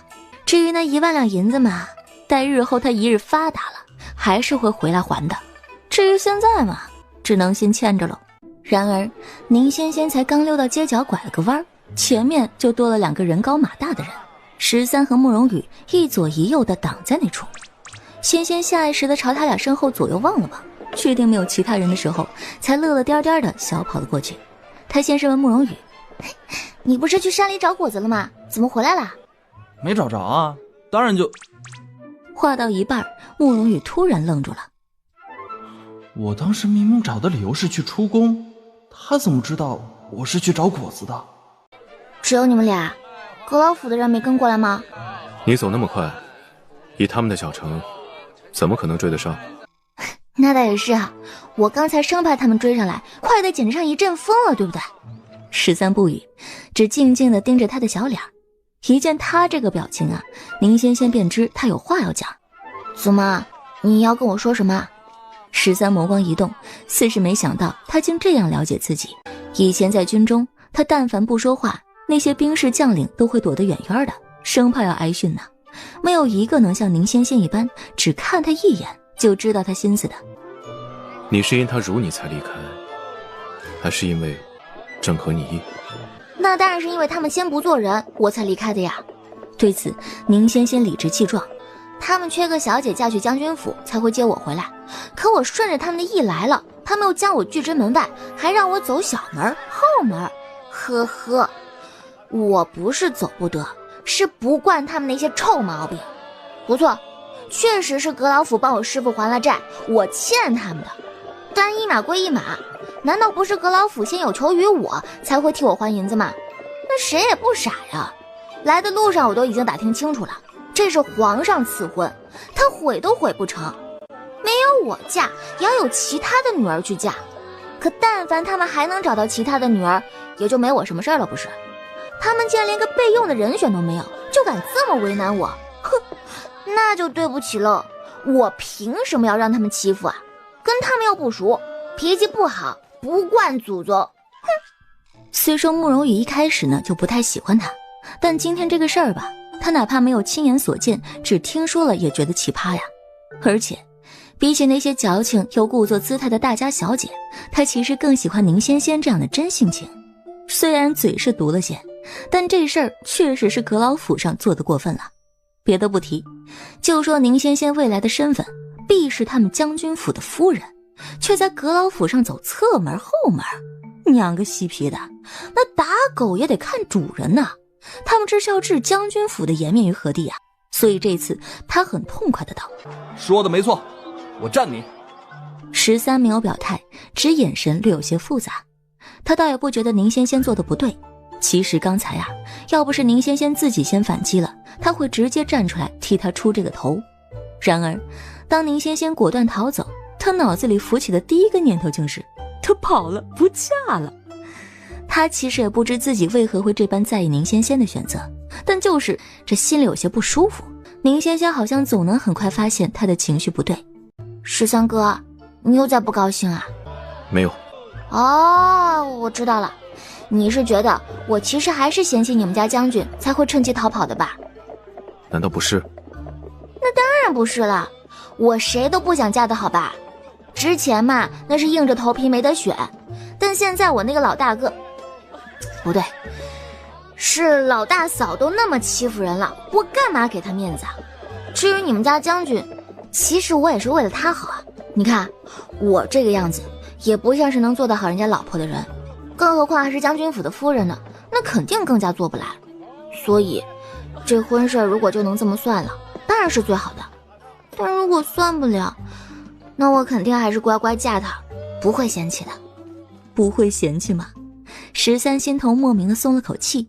这时又听宁仙仙道：不过啊，进城之前其实我卜过一卦，卦象显示回家的过程虽然波折，但结果是顺利的。也就是说，无论中间发生了什么，我最终还是会回到阁老府。可是啊，我的老大嫂这么对我，我不可能开心的吧？所以呢，就算最后还是得回去，那我也不要让她那么轻易就得手，不用八抬大轿来抬，我是断不回去。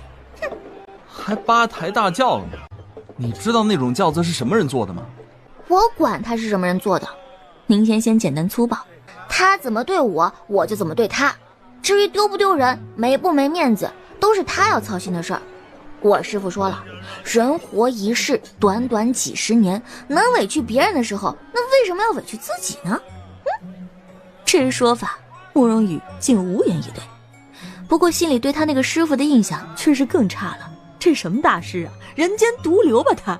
听听这教的都什么玩意儿啊！宁仙仙可不觉得他师父教的不是什么好东西。对他来说呀，师父的道理虽然听起来有点歪，但却能让他不吃亏。而且原本就是先撩者贱，既是别人要下他面子，他为何还要顾全别人的面子呢？以德报怨，哼，他可不敢。哎呀，行了行了，咱不说这个了行吗？我都饿了，不是说过京城有好多好吃的吗？带我去吃吃呗。虽然慕容羽还是有一肚子的抱怨想吐槽他，不过眼见他家13哥钱袋子都已经掏出来了，他还能说什么呀？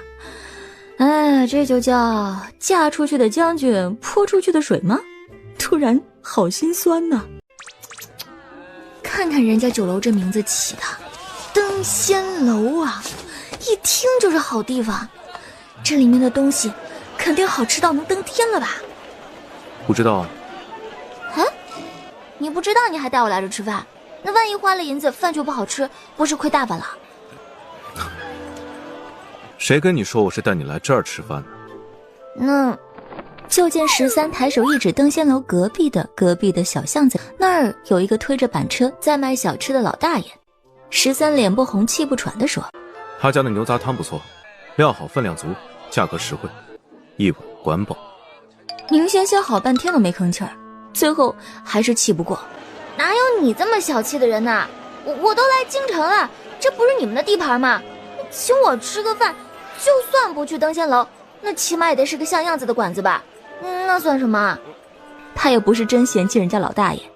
别说这儿还有个像模像样的小板车摊，就算没有，只搭个土灶在里头烤红薯，他也不是吃不得。但他就是觉得13哥看起来不像这么小气的人呐，咋突然就这样了呢？一定是慕容羽带坏的。这不是你们的地盘吗？请我吃个饭，就算不去登仙楼，那起码也得是个像样子的馆子吧？那算什么？宁仙仙正小人之心，却听13很是坦然的道：没钱啊。宁仙仙一下子哑了火。虽然他觉得作为大越皇朝第一战神明将军的侍卫，不至于连请个吃饭的银子都没有吧，但他具体也不知道侍卫一个月到底能拿多少月钱，说不得人家真的收入不高呢，那说不得人家的月钱用到别地儿了呢。行吧，牛杂汤就牛杂汤。这话说得很是勉强，但很快他就真香了。哇，这个味道真好，牛杂入口即化，好吃。坐在摊前的小板凳上，宁仙仙一边大口吃着牛肉，一边对老板竖起大拇指：叔，这手艺真好，再来一碗。其实宁仙仙一碗就饱了，可以想到这是他们请客，而且13哥还疑似坑自己，故意带他来登仙楼边上吃小吃摊儿，怎么想都觉得一碗不够本，当然得再来一碗了。然而这老板呢是个实诚人，分量是真的足，一大碗下肚之后，宁仙仙就撑得走不动道了。他将第2碗推到13面前：13哥，你吃吧。说好了请你。对，是你请我的，但这碗本来就是给你点的呀。给我点的？为何？当然是因为你给自己点的太少了，你看看你这么大块头，才吃这么一点怎么行啊？所以这碗你吃了吧，多吃点，不然哪有力气给将军当差啊。虽然说这是宁仙仙自己吃不完随口找的借口，但说完他才发现不只是13哥呀，就连慕容羽面前也只放着2个大馒头加一碗清汤。所谓的清汤不是素汤，而是牛杂汤里面没有内容，只有汤水。他这时才意识到13哥说没钱可能是真的。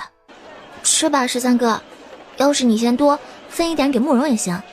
一听说要分给慕容羽，13立刻一言不发地将碗给接了过去。他当然不是缺这口吃的了，只是小丫头特意给自己留的吃食分给谁他都有些不乐意，所以他闷不吭声，风卷残云，大口大口地吃了起来。坐他对面的慕容羽瞬间就觉得手里馒头有点噎，不是13哥这什么意思呀？还怕自己跟他抢不成？他失宠了，他有小情绪了，他马上就要玻璃心了。吃饱喝足，13本要送宁仙仙去客栈投宿，宁仙仙摆着小手：算了，你不是手上没钱吗？住什么客栈呢？我随便找个道观挂个单就行，不用浪费钱。皇上重佛轻道，所以京城周边只有一个承风观，但那里头全是男道士，你去挂单不合适。也没什么不合适的吧，修行中人不分男女。但他话一说完，又马上反应过来了。是啊，要认真来算的话，他并没有正式出家，只是记在师傅的名下，跟着修行学了些本事。而且他此番来京啊，是要作为阁老府千金嫁去将军府的，哪怕他不顾及阁老府的名声，也得顾及将军府的颜面呢。13是将军府的侍卫，肯定是要为他们家将军考虑的。宁仙仙发自内心的想，以后真嫁了过去啊，定要好好在将军面前帮13邀邀功才行。多么忠心护主的侍卫啊，必须给他涨月钱，不能让他连喝碗牛杂汤都只能喝汤，吃不到肉啊。但现实的问题也摆在了眼前。可是住客栈很贵的，你有钱吗？有什么有啊？你刚才喝碗牛杂汤都不敢要肉，就别再打脸充胖子了。13一时无言以对，虽然他确实有银子帮仙仙支付客栈的费用，但方才喝汤不要肉也确实是为了省钱呐。慕容羽倒是没想他那么多，直接道：要不去我家吧。13立刻看了慕容羽一眼，仿佛在用眼神警告他不许泄露他的身份。你不是住在将军府上吗？哪里有家？13哥你忘了吗？上一次我立功，我是说将军赏了我一座2进的宅子，平时我也不常回来，就一直空着没住人，但这一次回来不是得多待一阵子吗？所以我就提前让人过来打扫了一下，该置办的东西也都置办了，住人没有问题的。13认真的回忆，其实想不太起有这么回事儿，毕竟他的心里只惦着边防国事，这些小事是素来不挂心的。不过慕容羽却不敢骗他，他便默许了，反而是宁仙仙不好意思了。我住你家，那你自己呢？我当然还是住将军府了，这么久没回来，怎么也得去跟将军大人汇报一下情况嘛。啊，是吧，13哥？13面无表情，点头。宁仙仙觉得他俩的反应有点奇怪，不过也并未放在心上，只乖乖跟着去了城北的那间空宅子。慕容小将军回来之后，真要住这儿吗？不是说这里面闹鬼吗？哎呀，别瞎说，这好好的宅子，什么闹鬼不闹鬼的？在我面前你就别装，我还不知道你呀。你要是觉得这里真没问题，为何每一次夕阳还未落就赶紧让我们回去，第二天非得天亮透了才敢让我们过来做活啊？明坤不说话了，但一双眉头却拧得死紧。他媳妇儿见他不说话，又压着声音道：这2日啊，我也打听了一下，听说啊，这宅子每到半夜就有哭声，有的时候是女人的，有的时候是孩子的，可吓人了。虽然这几日没听到什么动静，但您还是提醒一下慕容小将军吧，这屋子住了怕是要不好。你看咱们白天干活都觉得阴森森的吧，那万一慕容小将军住在这儿以后生病了，或者是有什么意外，老夫人怕是要责怪我们当下人的做事不上心呢。你当我不想说吗？可慕容小将军那般人物，岂是我一个小小管事儿能说得上话的？唉，不过你说的也对，这宅子有问题，咱们肯定得报上去。至于今后这慕容小将军住是不住，那就该是老夫人操心的事儿了。老夫人应该不会让他来住的，反正咱们将军府别的没有，空宅子那倒是多。还是回客栈住吧。为什么？来都来了，你感觉不出来吗？这宅子有点不对劲。我是感觉到了，但有什么关系啊？反正我就是干这行的，也不怕那个。但是你怎么会有感觉？你不是个普通的侍卫吗？他该怎么解释呢？说他其实是个官生子吗？官生子顾名思义啊，就是在棺材里出生的。据说他母亲下葬3日之后，有人听到坟墓里传出婴孩的哭声，后来是父亲亲手挖开了新坟，将他从母亲身下抱了出来的。这样的他天生就是与众不同的，只不过以前还小的时候没什么感觉，后来上了战场，杀的人多了，他才发现他好像天生就能与这些阴暗之物产生共鸣。但他并不想告诉宁仙仙这些，不是怕他吓到，只是担心说了他的身份就瞒不住了，而他现在还不能是宁玄烨。好在慕容羽这时也挤了过来，他一脸震惊地问：这宅子怎么了？也没什么大事儿，就是个鬼宅罢了。宁仙仙不以为意的随口一提，慕容羽却汗毛都竖了起来。不是，什么叫就是个鬼宅罢了？这还不叫大事儿？什么叫大事儿啊？还是回客栈住吧。那就听13哥的，回客栈住吧。不用，这就挺好的。可你不是说这是个鬼宅吗？那也没什么呀，我又不怕鬼。宁仙仙说着，还俏皮地对他们眨了下左眼。该他们怕我才对。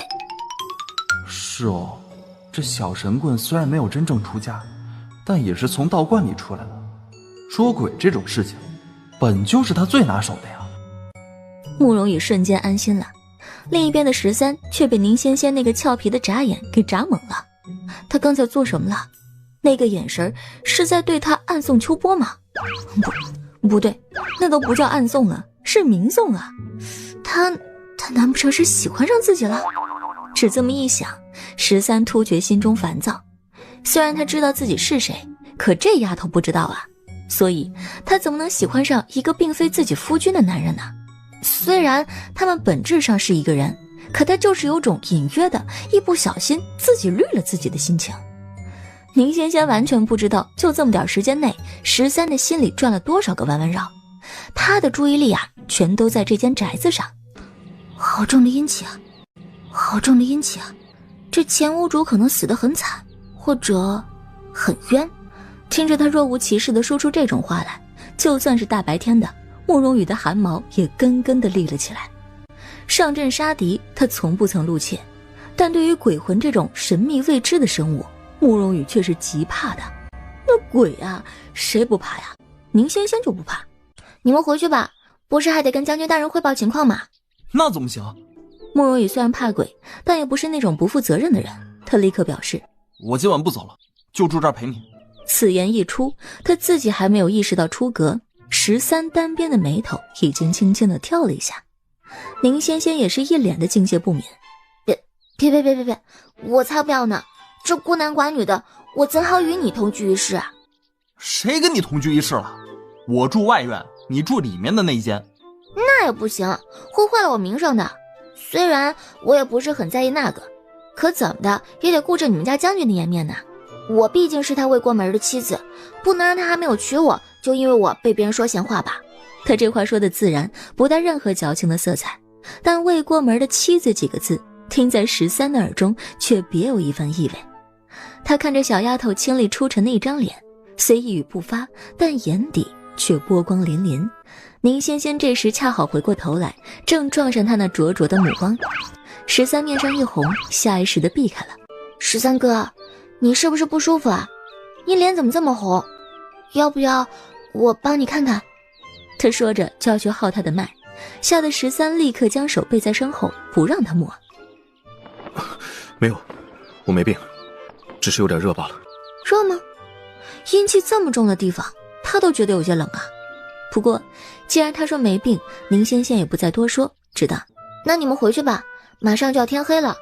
听说将军府在城东呢，离这儿很是有些远。慕容羽虽然平时总爱和宁仙仙吵架，但其实是个刀子嘴豆腐心的人，他不放心。你一个人真的行吗？当然行了，那再说了，我也不是一个人呐。说罢，宁仙仙下巴轻轻一抬，指了指院子的围墙处。慕容羽一回头，就看到围墙下有只正在伸懒腰的虎纹大白猫，看到他的视线投了过来，还极给面子的喵了一声。至于墙头嘛，立着那只宁仙仙从虚中罐里抱下山的花母鸡。也不知是不是错觉，慕容羽竟觉得那只花母鸡看向他的眼神带着一种看不上的轻蔑意味。他脑中立刻就闪过了一阵嚼骨头的声音，不知为何呀，竟想起了那只一边吃狼一边说着真香的巨鸟。他打了个寒颤，再不敢多看一眼，只是一回头，人呢？慕容羽大惊不失色，他那么大一个13哥和那么欠的一个小神棍呢，怎么就不见了？13哥，宁仙仙，你们到底在哪儿啊？他们在哪儿呢？其实啊，哪儿也没去，还在这个屋子里。之所以慕容羽看不见他们，也听不到他们的声音，是因为此时此刻他们3人虽然同在一处，但却并不在一个维度空间里。慕容羽尚在原地，而宁仙仙和13却被拉入了屋主的心笼里面。进笼了，小心些。什么进笼？心笼也称执念，人的执念各自不一，有的是不甘，有的是怨恨，有的呢是未了的心愿。而这些执念不散，最终要么怨气化煞，成为凶灵到处害人，要么执念成龙，将自己困在幻境之笼中徘徊不止，永生永世都无法解脱。13微拧着眉头反问了一句：你是指地缚灵？你还知道地缚灵啊？宁仙仙又很惊讶地看了他一眼，然后才给他解释道：虽然差不多吧，但是也不完全一样。地缚灵其实是东瀛那边的叫法，不过囫囵来讲的话，都是被自己的内心所困，只能待在一个地方，离不开也转不了世。那要怎么出去？不是能不能出去，而是要怎么出去。可见13是对宁仙仙有信心的，知道他一定有办法。那要怎么出去？解笼即可，也就是帮这个笼主了结他的遗愿，待他心愿了结，心笼就会不攻自破，咱们呢也就出去了。你会解吗？会啊，解笼本不难，难的在于得找到笼主的心结所在，方可想办法帮他化解。还有就是啊，笼主虽然离不开自己之初的幻境，但这儿算是他的地盘，所以他在这里想怎么来就能怎么来，甚至可以说，在这心笼的世界里，只要笼主愿意，他们就会无所不能。而且笼主哪怕死前是个大善人，可经年累月的被关在心笼里面，也会扭曲他们的心境，让他们变得暴虐残忍，毫无人性。所以一旦被拉入心笼，其实是很危险的事情。你待会儿记得一定要跟紧我，一步也不能离开，知道吗？13想说，我一个男人并并不需要女人的保护，但紧跟他一步也别离开这个说法，他竟有些不想拒绝。来了，待会儿无论看到什么听到什么都不要轻易相信，心笼里的一切都是假象，除了龙珠本身。这时一个身姿曼妙的女子缓步而出，这女子神情婉约，一看就是大家闺秀的模样。这雨天路滑，郎君可是来借宿的？13的眉头隐约一跳，今夜根本就没有下雨，何来雨天路滑一说呀？然而就在女人声音落下的时候，原本还挂着红月的天空突然一下暗沉，紧跟着电闪雷鸣，大雨一瞬间倾盆而至。13心中一凛，这时才意识到之前宁仙仙跟他说的在心龙的世界里龙主可以无所不能是什么意思了。娘子，家中只有你一人吗？那女子偏头看了他一眼，但也只是一眼，之后就回转头去继续看着13，仿佛这时才发现13的肩头不知怎么打湿了一片。哎，郎君，你的衣裳都湿透了，冷吗？要不要换一身？也就巴掌大小的位置也叫湿透了。宁仙仙无言以对，13则是面无表情。不冷，不换。啊，不冷吗？想是那雨下得不够大呀。他语气里满满的都是遗憾，但仍是转身打开了衣柜。来，还是换套干爽的吧。女子温柔地笑着，又将那华服双手奉上。郎君大可以放心，这是新衫，是妾身给外甥新做的，没有穿过呢，不脏的。13不接，那女子便一直瞧着他，笑容里满是皮笑肉不笑的温柔。就在这时，宁仙仙的声音清清亮亮地传了过来。不好吧，那上面好多血呢。女人神情一僵，下意识地低头看到华服，可上面哪有宁仙仙所说的血迹啊？哪里有血，干净得很呢。是吗？没有吗？一改之前笑眯眯的模样，宁仙仙懒洋洋地走了过来，又不着痕迹地将13哥挡在了身后，这才直视向女鬼。她的左眼骤然变黑。有没有血，她也不穿别人的寿衣。一句寿衣，女子的神情又是一变。且宁仙仙猜得不错呀，女子手捧的确实不是什么真正的华服，而是纸做的寿衣，只要13换上了，必死无疑。事已败露，女子却并不见慌张，这是她的心龙，没人能逃得出她的手掌心。这位姑娘想是误会了什么，这真的是妾身给外甥做的新衫，并非寿衣。那就留给你的好外甥穿吧。提到那个外甥，女人脸上的笑容骤然消失了，她深黑的眼睛死死盯着宁仙仙，一字一顿。我是让他穿，不是让你穿。宁仙仙丝毫不退，我不让他穿，他就不会穿。那你就去死吧。声落，女人那张脸上的精致婉约全然不见了，取而代之的是一张森白的、幽怨的，还七窍流血的脸。你别离我这么近，你不知道自己脸很丑吗？他说丑？女鬼还流着血泪的一张脸瞬间变得漆黑。要知道啊，她生前可是京中颇负盛名的美女，未出阁之前，上门提亲的权贵公子几乎要将她家的门槛给踏破了，可这死丫头居然说她丑。女鬼大怒，你敢嫌我丑？你再说一遍！就在他狞笑着试图用双手将宁仙仙脖子绞断的时候，突然女鬼感觉自己的手臂针扎一般的疼痛。起初她还以为是错觉，但很快她就发现自己手臂上出现了黑色花纹般的图腾，那图腾似燃烧的火苗，顺着她的手指一点一点地浸染上来。女鬼大惊失色，吓得立刻收回了双手，惶恐地望向宁仙仙。可就是这一看，她发现宁仙仙还是那个宁仙仙，可她身后站着的13却不知何时戴上了一张青面獠牙的鬼面具。不，与其说是戴，不如说是有一张黑雾所化的鬼面浮空挡在了13的脸前。女鬼被吓得无法动弹，突然感受到了无上的恐惧，仿佛只要她稍微动一下，就会被那些黑线所淹没撕碎。姐妾身错了，再也不敢。郎君，不是，请大人放过妾身吧，妾身再也不敢了。这话一听啊，就是对着13说的。哦，就是这种杀气。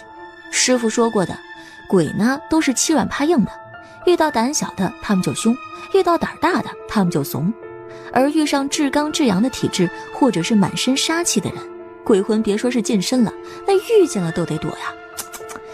13哥这体质他真好用啊。废话不多说啊，我是来帮你的，想出去吗？啊，出去？你知道要怎么做吗？就敢问我想不想出去？知道啊，把我的身体借给你不就行了？可以，只要你告诉我你的遗愿是什么，我就把我的身体暂时借你一用。但是在我借你之前，你得先跟我签个死契。说罢，宁仙仙就掏出她那本土黄色的小本本，朝女鬼面前一拍，喏，画押。女鬼伸头看了一眼，认出上面写着5个大字：仙仙鬼气照，一看就不是什么好东西。女鬼自是不愿呐，但她渴望地看着宁仙仙的身体。你真的愿意把身体给我？不是给你，是暂时借你一用。不过什么时候借，借多久，那都得听我的。那我不干。宁仙仙冷笑，你爱干不干，遗愿未了的又不是我才不着急呢。女鬼，妈蛋，就好想锤死这个死丫头啊！但她不能也不敢。女鬼瞥脸仙仙身后的13，不过眨眼的功夫，但见她脸上的鬼面具早已不见了，身周的黑线也全都消失了。眨了眨眼，她一时竟难以分清刚才是不是自己看花了眼。可是被死亡凝视的感觉是不会错的，不敢再多看13。女鬼弱弱地跟宁仙仙谈起了条件。那个时间太短了不成，我要做的事情很麻烦的，几天根本就做不完。你想多了吧你，我能把身体借你几个时辰就不错了，你还想借几天？你做梦吧你！女鬼一听说只能借几个时辰，立刻急眼了。啊，几个时辰怎么行？你以为是过家家吗？然而他声音才大了那么一丢丢，之前明明感觉退去的强大威压便又铺天盖地地压了而来。不必抬头，他也知道发生了什么。女鬼立刻怂了，连忙低下头大声道：哎，好，行，几个时辰就几个时辰。来，先跟我说说你的遗愿是什么呗？是苏世家，我的亲外甥，他毒杀了国公爷，还软禁了我，最后的话他没有多讲，但13却从他尴尬又羞愤的神情中品出了些许端倪。也怪我当年瞎了眼，错把豺狼当忠犬，这才引火上身，给国公府带去了灾祸。说这些的时候，苏月薇神情艳艳的，一脸的自责。我虽是苏府的2小姐，但与长姐相隔却有10岁。她嫁人时，我哭得比娘亲还要惨。我长姐是那般温柔的一个好女人，可偏生命苦，嫁了一个薄情郎。她替夫家生下1儿1女，只因不愿替夫纳妾，竟得了一纸休书。她不甘受辱，也恐被休后会影响儿女的未来，竟一条白绫自缢了。长姐死后，母亲做主将长姐的儿女接回了娘家，让他们改了姓苏，带在身边亲自教育。可母亲毕竟年迈，多数时候是我在代为教导。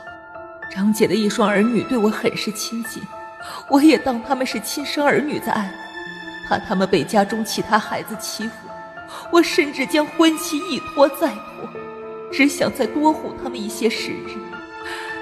可是我的这种行为却惹来了各种闲话，最终我被退了亲，成了嫁不出去的姑娘。直到我临死之前，才从那畜生口中得知，那些闲言碎语都是他有意放出去的。他就是故意要我嫁不出去，才能留在府中照拂他们兄妹。可是他不想我嫁，苏府却是容不得一个嫁不出去的老姑娘。恰巧那一年，郑国公夫人因病去了，年近40旬的国公也要续弦了，父亲便想方设法将我嫁给了郑国公。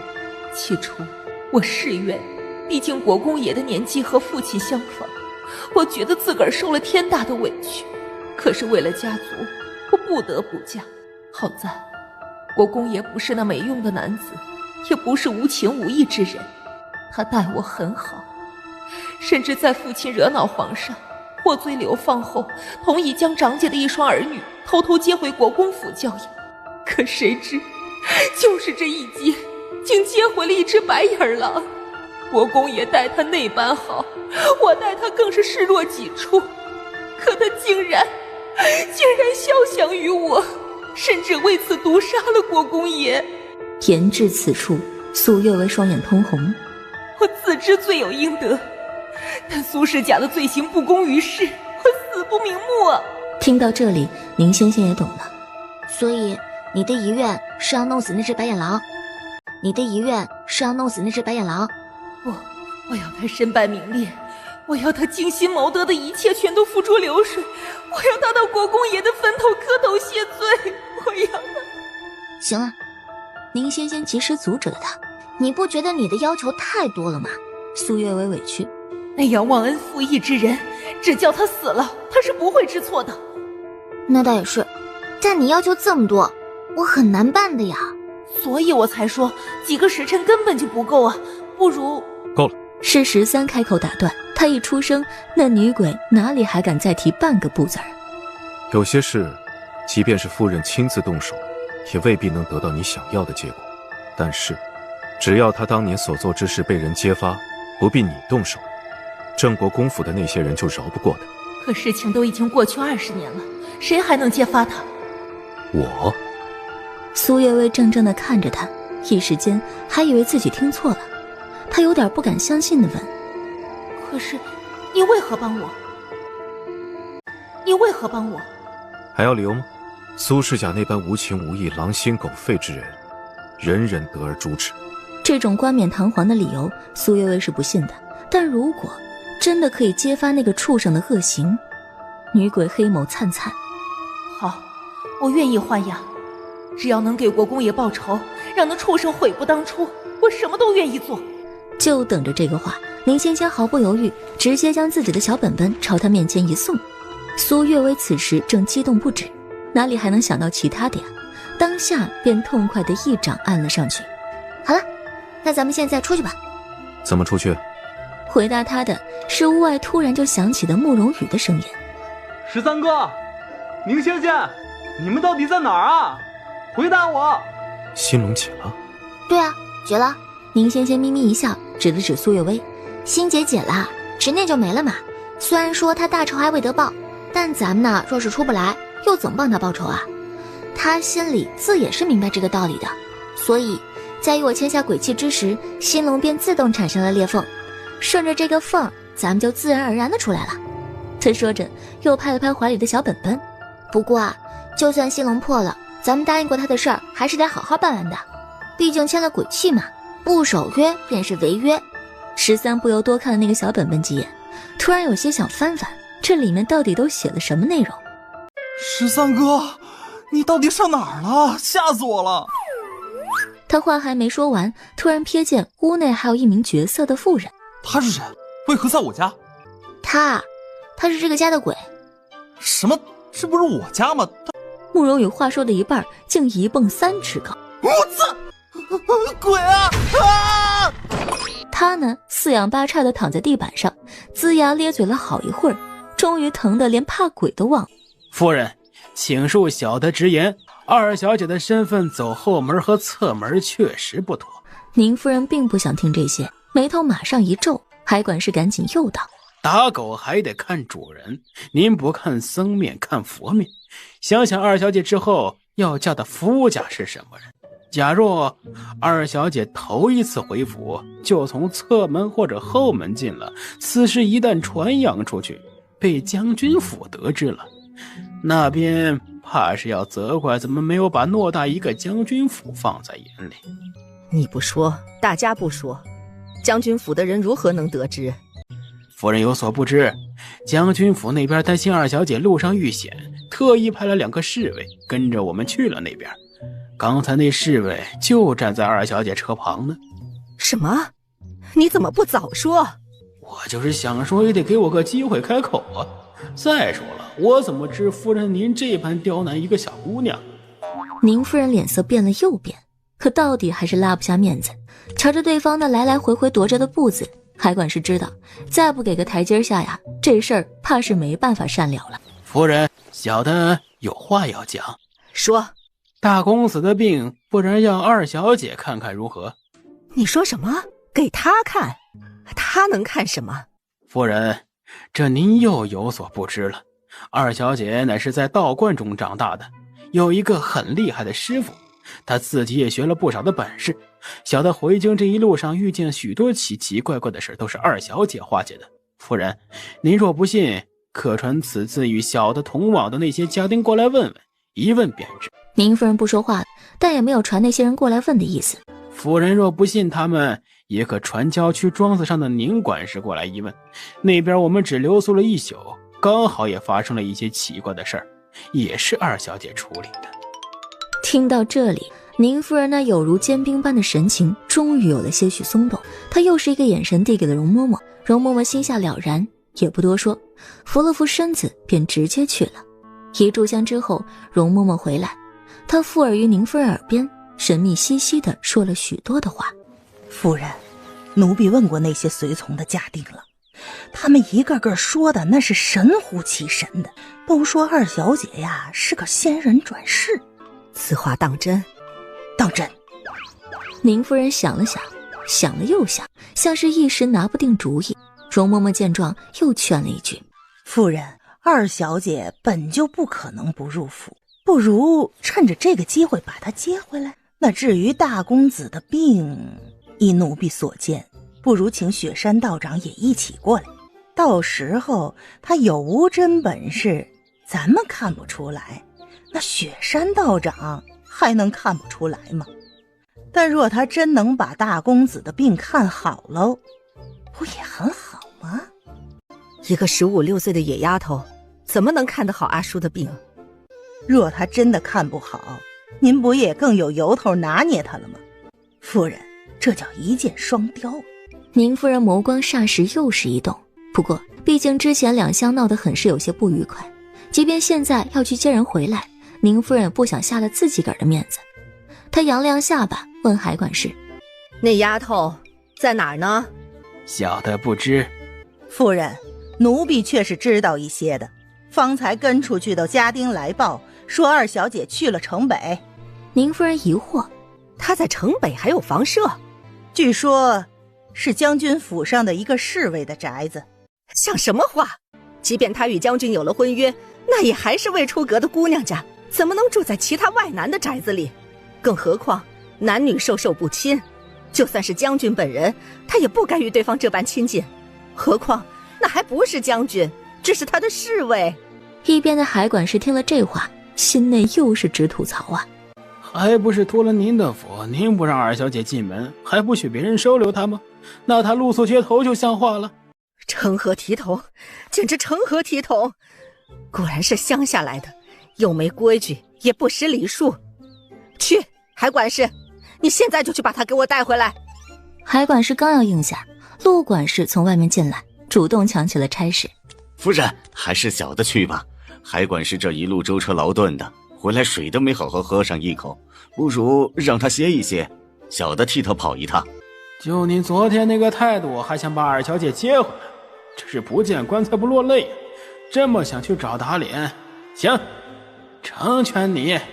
陆管事本就是宁夫人的亲信，有他去接人，宁夫人自然也没什么不放心的。行吧，那就你跑一趟吧。是，夫人。宁禄不知海管事根本不愿趟这趟浑水，还以为自己又压了他一头，心中得意，便冲着海管事扬了扬眉，那眼神仿佛在说：老子还没有失宠，仍是府上最得夫人重用的大管事。海管事皮笑肉不笑，只在背后竖中指：傻批！给我把门砸了！陆管事，使不得呀！听说这是将军府侍卫的宅子，要真砸了，日后如何跟将军府交代啊？宁禄原本还上头的热血，一听这话，总算是冷静了下来。他深深地吸了口气，挤出一个皮笑肉不笑的笑。二小姐，小的宁禄是奉夫人之命来接您回府的。他想拿宁夫人来压人，可宁仙仙呢，却完全不吃他这套。不做下人，不走后门，滚！宁禄清楚，这二小姐是记恨上他了，他心里憋着气儿，脸上却还得带着笑。二小姐，之前那都是误会，后来夫人也已经训过小的话了，小的也知错了。此番是诚心诚意来接您回府的，而且夫人也说了，不走后门，咱们从正门进。那也不回，除非啊，他亲自来接我。切！宁禄心中冷笑着，觉得这二小姐莫不是个傻子？夫人都表现得这么明显了，不轰她出门都算是客气的了，怎么可能亲自来接她呀？二小姐，您还是想开点吧。小的能亲自来接，已经是夫人的抬举了，可别敬酒不吃吃罚酒。虽然他话还没说完，但完全不妨碍宁仙仙理解这话的深意。区区一个管事，居然如此嚣张。宁仙仙不爱惹事儿，但也绝不怕事儿啊。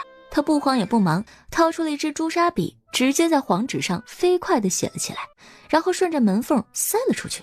宁禄等了半天没反应，突然看见一张纸条塞了出来，他下意识地接过来一看，狗仗人势。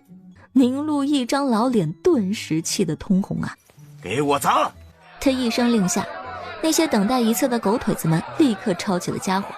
然而他们不知道的是，门的对面，宁仙仙随手又掏出来一张符纸，贴紧在门背后。很快狗腿子发现了问题，无论他们多么用力的砸，那看似普通的木门居然半分不曾损坏。而与此同时的，阁老府的朱红大门上却凭空出现了许多坑，且还在一个一个不停地增加着。怎么回事？这大白天的，难不成还闹鬼了吗？都没吃饭吗？给我用力砸！砸一下我给80文，砸穿了我给80两。那些狗腿子一听，立刻来了精神，于是个个摩拳擦掌，砸一下就大喊一声80。但这个时候宁仙仙在干什么呢？她不理门外乒乒乓乓的声响，跟正缩在壳子里的绿毛龟好声好气的打商量。哎，你去帮我送个信儿呗。啊，你让一只乌龟送信，那等它爬到了年也过了吧？别看不起我家小玄子，他爬得可快了。你有银子吗？借我一些，之后还你。你问一个鬼借银子，是在开玩笑吗？鬼又用不着银子，用的是纸钱呢。苏月薇又是一言难尽的瞧着，不过他还真有，是当初苏世家留在此处的，后来也不知是忘了还是不敢再来，便一直留在了此处。啊，有是有，不过不多，1两银子就成。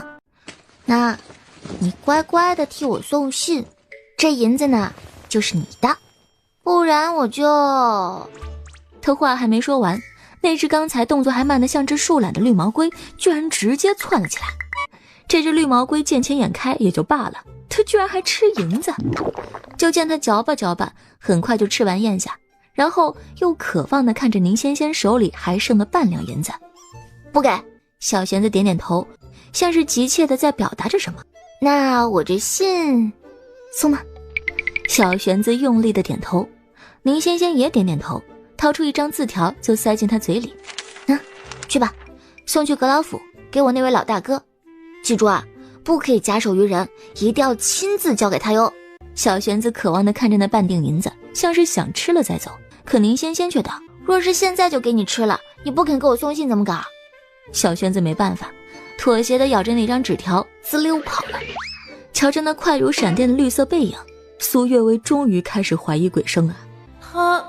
他苏月薇塌了好半天，最后也只挤出这么一句来。跑的是挺快的哈。那当然。宁仙仙很是激动啊，我当初为了抓他，我可是满山遍野的追了他3天，最后还挖了陷阱呢。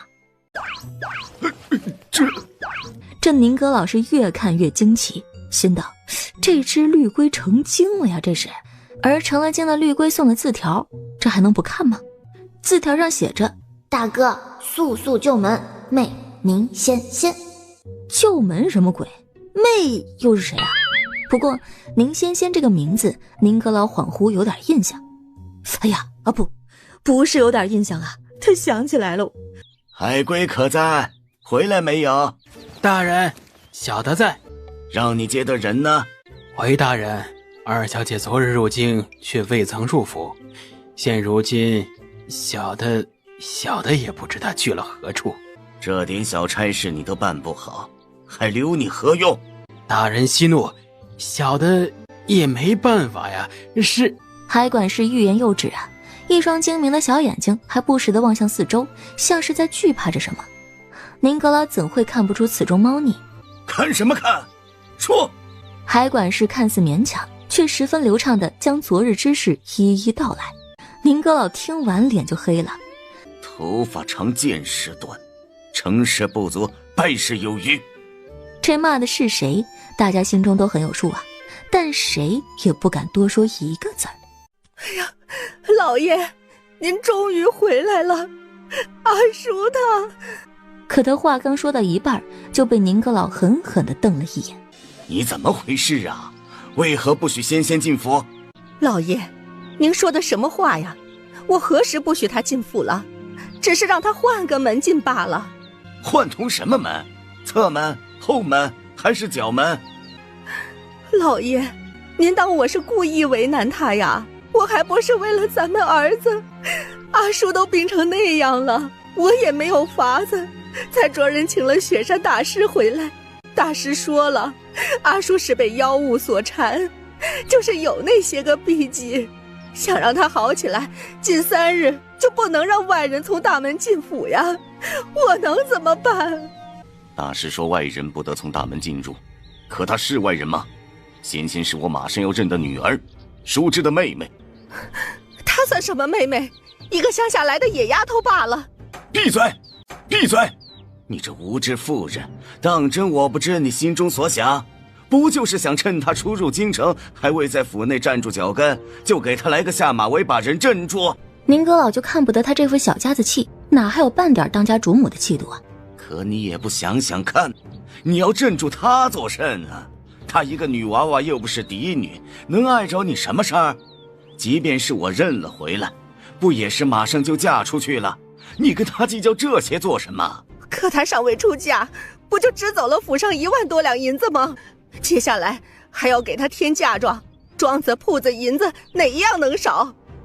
凭什么我们口口声声，最后全得给她一个外人？外什么人？仙仙的名字那是上报了皇上的，无论她以前是什么，现在都是我阁老府的小姐，且是皇上亲旨的未来将军夫人。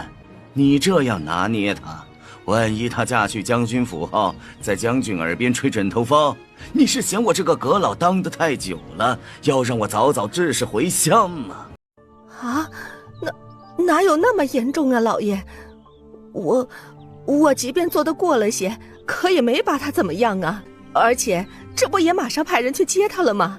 他若真是个有良心的，就不该记恨我。你看看你现在的小家子做派，人家就算不记恨，也念不着你的好。老爷，您怎么竟说这样的话？我还不是为了这个家吗？宁阁老现在不想看他这副模样，甩起袖子就要走。恰在这时，外面有小厮进来通传：大人，不好了，二小姐那边的门被陆赶氏给砸了。只这一句，别说是宁阁老，就算是宁夫人也坐不住了。胡说八道！我是让他去接人，他怎么会砸门呢？因为二小姐不肯开门，还让陆管事滚，陆管事就让人砸了门，已经砸了好一会儿了。宁夫人一听，顿时气血逆涌。但是大人，小的要说的还不止这些，还有一件怪事，二小姐那边的门被砸了半天，分毫未损，倒是咱们府上的门，现在到处都是坑坑洼洼裂。这话说的，宁阁老一时还没能听懂，待慢慢的回过味儿来，他一双老眼又瞪圆了。你再说一遍，你刚才那是什么意思？大人，二小姐家的门被砸了半天，什么痕迹都没有，而且那个门小的看了，就是扇普通的木门，原本应该随便踹一踹就开了的，可是陆管事他们的斧子、凿子、榔头都用上了，甚至完全没能在上面留下痕迹。可刚才小的回来的时候，看了一眼咱们府上的门，那可是什么痕迹都有了呀，就仿佛是陆管事砸的不是二小姐家的门，而是咱们府上的门啊。宁阁老的脸色这时已是青黑一片，宁夫人却是尖声叫道：这怎么可能？你一派胡言！小的句句属实，还请夫人明鉴。而且二小姐她本就不是什么普通人，是位很灵的仙姑啊，所以砸她的门什么，那可不就是遭报应吗？他不提这个还好，一提宁夫人还真想起来了。之前海管事也跟他提过宁先生的那些本事，还说呀指不定能治好他儿子，所以他才让宁禄去接人的。可现在呢，宁夫人不敢再往下想了。你去备车，我亲自去接人。老爷，这如何使得？您是什么身份？他是什么身份？怎能亲自去接？我不去，你去。宁夫人一听，立刻识相的闭了嘴。宁禄，这是怎么回事？回大人话，小的是奉了夫人之命来接二小姐回府的。宁阁老一指那些人手里提的家伙，眼如刀锋。就用这些东西接？陆管事心脏狂跳，但脸上却仍旧面不改色。是这样的，大人，小的来此之前，听说二小姐住的院子比较破旧，就带了些下人过来，想替二小姐整修一下，那些都是带的工具。你的意思，你是来修院子的，不是来砸院子的？大人明鉴，小的岂敢砸二小姐的院子？你就是敢！宁阁老经营官场数十载，可不是随便一个管事就能糊弄的人。他冷哼一声，示意海管事：你带的人呢？把这池里爬外的狗东西给我绑了。陆管事一下子懵了。大人，小的冤枉啊！小的真的只是来给二小姐修院子的呀，不信您看呐，这院子好端端的，没有哪处有半分损坏，不是吗？宁阁老气得大骂：刁奴！他一把夺过车夫的鞭子，扬手便甩了过去，那一鞭恰好甩在陆管事脸上。只听陆管事嗷的一声惨叫，之后那半边的脸颊都肿了起来，还见了血。宁阁老却仍旧难抑怒火，又是一鞭子甩了下去，之后便是噼噼啪啪的10几下，只把个陆管事抽得满地打滚，惨叫不止。可就在这时，只听吱呀一声，那扇原本用锤子斧子都砸不开的木门终于自动打开了。众人的目光唰的一下射了过去，却见那门确实是开了，但门口却空无一人的，没有人。那谁开的门啊？有人立刻倒抽口冷气，有的人呢却是吓得屏住了呼吸。只有司空见惯的海管事一脸镇定，还恭恭敬敬地问宁阁老：大人要进去吗？宁阁老其实是有些想后退的，那种前方危险的感觉他进宫面圣的时候都不曾这般强烈，但别人都能退，可他却退不得。进。这眼瞅着宁阁老一行人进了宅子，那些引颈张望的百姓们都沸腾了，一个个是你挤我，我挤你的道：哪位大人是谁呀？好大的气场啊！我瞧着有点像是宁大人呐。哪个宁大人啊？还能有哪个？京城姓宁的本就不多，能有这般排场的权贵，可不就是阁老府一家吗？什么？那便是当朝的宁阁老？可他怎么会来咱们城北啊？而且还当街打人？一看就是下人犯了错，主子打下人也算不得什么。只是宁阁老进的可是那间宅子啊？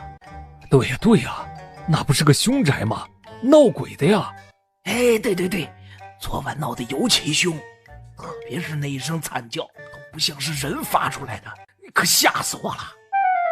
谁不喜欢凑热闹啊？百姓们你一言我一语的聊得欢畅，可躲在一边偷听的主仆俩却一个面如菜色，一个老脸蜡黄。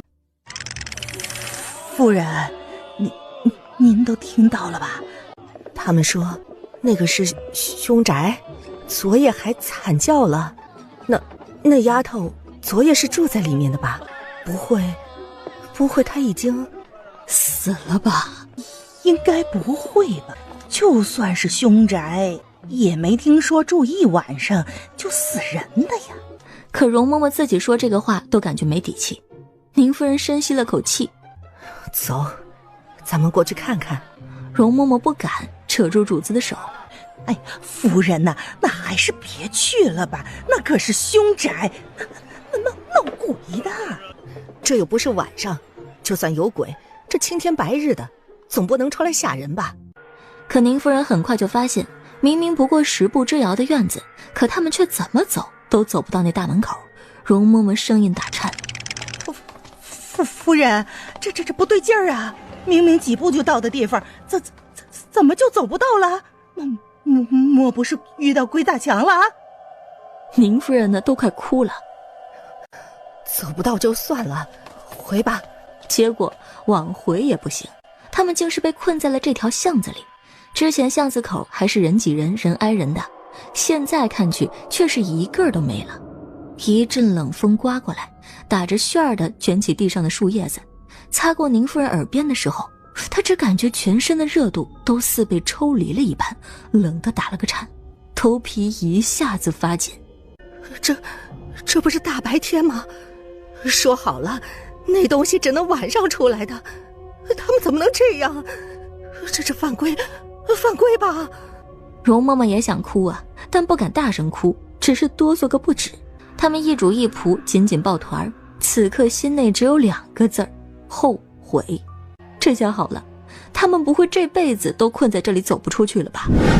宁仙仙对这位老大哥的第一印象还不错，不过他身上那层淡淡粉色的东西是什么呀？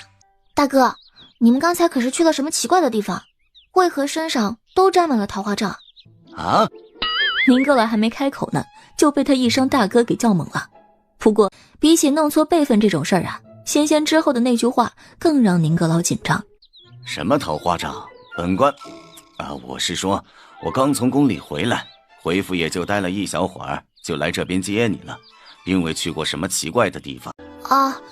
就是大哥你府上有问题啊？啊？你是从宫里回来的，可他们俩不是，但是你们身上都沾了那种东西，就只能是在府里沾上的吧？府里是有谁生病了？成天昏睡，有气无力，精气神全无，还时不时的吐上一口血的那种。你怎么知道？看出来的呀，你们身上不都沾了桃花杖吗？所以啊，定是府内有人遇着桃花劫了。此刻宁阁老已经完全忘记自己是为什么来接宁仙仙的了，他激动的道：是你大哥？你吗？不像啊，你这面相一生只有2花，还倒霉的全是烂桃花。你为何总叫我大哥？我是你爹。爹什么爹？我爷爷的爷爷的爷爷和你爷爷的爷爷的爷爷是亲兄弟，对吧？那怎么算我和你也是同辈啊？怎么你就是我爹了？差了辈儿了。宁阁老心想，这丫头怎么回事啊？让他认个爹又不是要他的命。那再说了，他乃当朝阁老，一人之下万人之上，那做他女儿还能吃亏了是咋的？别的且不提，就论我这岁数，怎么好认一个比我儿还年幼的妹子？而且你若做了我的女儿，我会更疼你，有什么不好？那难道做妹子你就不疼我啦？那自然也是会的，但皇上赐婚之事你也是知道的吧？那定的可是阁老府的千金。那妹子就不算阁老府的千金吗？说一句反驳一说，说一句再反驳一句，到最后啊，宁阁老胡子都快翘起来了。虽然认个妹子吧，和认个女儿于他而言其实也没什么太大的差别，但他也不知道为什么竟被激起了胜负欲，死活也不愿点这个头。不行，我只认女儿。不行，我只认大哥。我只当爹。那你找别人去吧，反正我也不缺爹。你宁阁老气得话都快说不顺了，还管是觉得这一老一小简直是有病啊！女儿又如何，妹子又如何呢？为何偏要在这种小事上浪费时间呢？想想家中的大公子可还一口一口的吐着血呢。大人，大公子今儿又吐了血，到现在还昏迷不醒呢。不然您先把二小姐给哄回去，不管是女儿还是妹子，反正先治好大公子，您说是不是啊？这话倒是真提醒了宁阁老。这样吧，你先跟我回去，然后没有然后，先确定名分，是妹子还是女儿，说清楚了再走。宁阁老那叫一个气呀，气得磨起了老牙根，那面目都快扭曲了。我说先跟我回去。哎呀，大哥生气了，表情好狰狞啊。宁仙仙真怕自己一个不小心给他气死了，只好一脸沉痛地忽悠道：其实啊，我也不是故意要气你的，可刚才你一进门吧，我就帮你看过相了。哥，你命中无女呀。啊？什么？一看你这个表情就是不信我，对吧？对吧？啊，觉得我是不是不想让你当爹，才这么忽悠你的，对吧？宁阁老没说话，但眼神里明晃晃的写着一句：难道不是吗？那当然不是啊，我是真的算过，而且我算命超准的，不信你问海管事。大人，二小姐没说谎，她是真的准，她也帮小的算过，连小的老子娘是哪一年亡故的都说的半点不差。还有这回事？宁阁老不敢置信，但又不敢不信地看向了宁仙仙。宁仙仙也不着急，就用平时闲着聊小话的语调对他说：哥，其实嫂子不是你的原配吧？宁阁老双眸猛地一震，再看向宁仙仙的时候，那表情都变了。宁仙仙呢却不看他，还在继续：你呢生来多病，3岁才学会走路，5岁的时候差点一命呜呼，后来呀，家中就给你定了一门亲事冲喜，但那位冲喜的新娘却大你10好几岁，是也不是？后来啊，你入京赶考，家中呢想让你和新嫂子听到这儿，宁阁老一把子捂死了宁仙仙的嘴。好，行，可以，妹子就妹子，这总行了吧？别再拆台喽，再拆那底裤都没得穿了。你走了我怎么办？说好了借身体给我报仇的呢。哎，你哭什么？我又没说不回来，我走是不走，这院子不都在这吗？等我回去看看我那苦命的大侄子到底怎么了，会回来找你的哦。放心放心，我绝对不会跑路，你信我，真的。你看，我是真诚的大眼睛。宁阁老震惊地看着他对空气自言自语，一开始还以为他脑子有病，可听到后面，这丫头到底在跟什么东西说话呢？鬼吗？可是这是什么品种的鬼呀？大白天的都能出来说话？宁阁老深深地吸了口气，刚想说话，突听宁仙仙这时对着空气又说了一句：什么？你也要跟我一起回阁老府？不行不行，我带着鸡拖着猫就算了，还搭个鬼去，那就不好了吧。宁阁老刚刚落回肚子里的心直接又被提了起来。什么？带猫带鸡就算了，还要带个鬼？他捂着发疼的心口，像是实在撑着不住，之后眼前一黑，人便直直地朝着地面栽了下去。海管事惊呼：大人！宁仙仙听到动静望了过来，这怎么了这是啊？瞧他一脸的担忧，海管事却是一言难尽呢。二小姐，你还没问呢，不就是给您吓着了吗？您说您要跟那个什么说话，就避着点儿啊。阁老大人又不是小的，他还不知道您的眼睛能见鬼呢。我没想到他都这么一把年纪了，还这么胆小。宁仙仙不好意思地抓了抓头，之后赶紧给他的老大哥试了试鼻息，还好，还有气儿呢。然后他从自己的包袱里掏出了一粒大黑丸子，直接就要往阁老的嘴里塞。海管事知道这药极为管用，自然是不阻不拦，但那些没见过世面的仆从们却一个个的被他行为给惊呆了。二小姐那拿的是什么呀？看起来像是药丸，可是婴儿拳头那么大，吃下去不会噎死人吗？爷，他真给阁老大人给吃了，塞不进去还往下垂呢。哎呀，完了，大人都被噎得直翻白眼了。哎呀，这下肯定搞不死也噎死了。大人没死，他醒了。他醒了。哎呀，天哪天哪！大人他吐血了，还吐的是黑血。那个大黑丸子，竟是毒药吗？怎么办？要不要报官啊？不能报啊，报了咱们就完了。毕竟葛老大人是在我们面前活生生的被别人毒死的，那我们不就是从犯了吗？就在大家面色几变、心如死灰、如丧考妣的觉得他们最好的下场大约是一起给宁阁老做陪葬的时候，宁阁老突的一下跳了起来，然后他龙精虎猛的一抹嘴边的黑血。你刚才给我吃了什么？我怎么感觉身体好多了？给你吃的是包治百病丹。宁阁老瞬间失去了语言，就算是宫里的御医也不敢取这么狂的药名吧。这丫头知道低调这2个字怎么写吗？宁仙仙当然知道，这个药就是包治百病啊。比如你现在应该头不闷、腰不酸、背不紧、心窝子也不疼了吧？宁阁老他认真的感受了一番，哎，你别说，确实是好多了。但是他怎么就这么不想承认这个臭丫头的药很管用呢？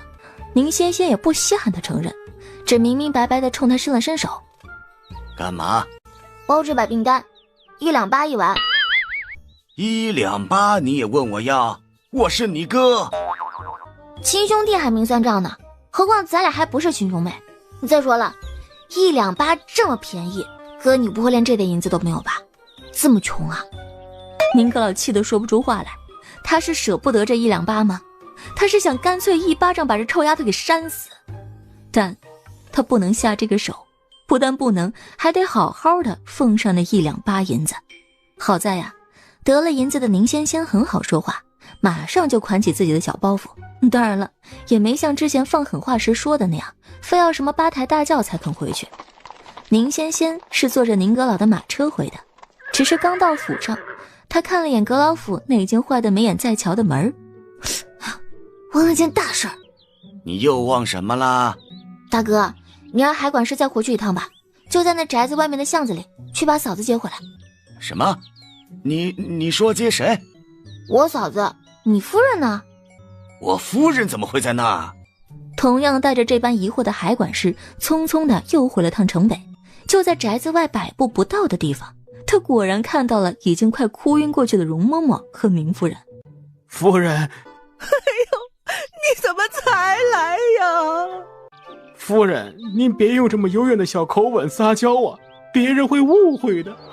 海管事大惊失色呀，他慌得四下看了看，果见一同前来的家丁们都表情复杂，一副想看八卦吧又不好意思当面八卦的样子。海管事立刻求生欲极强的道：夫人，是大人让我来接您回府的。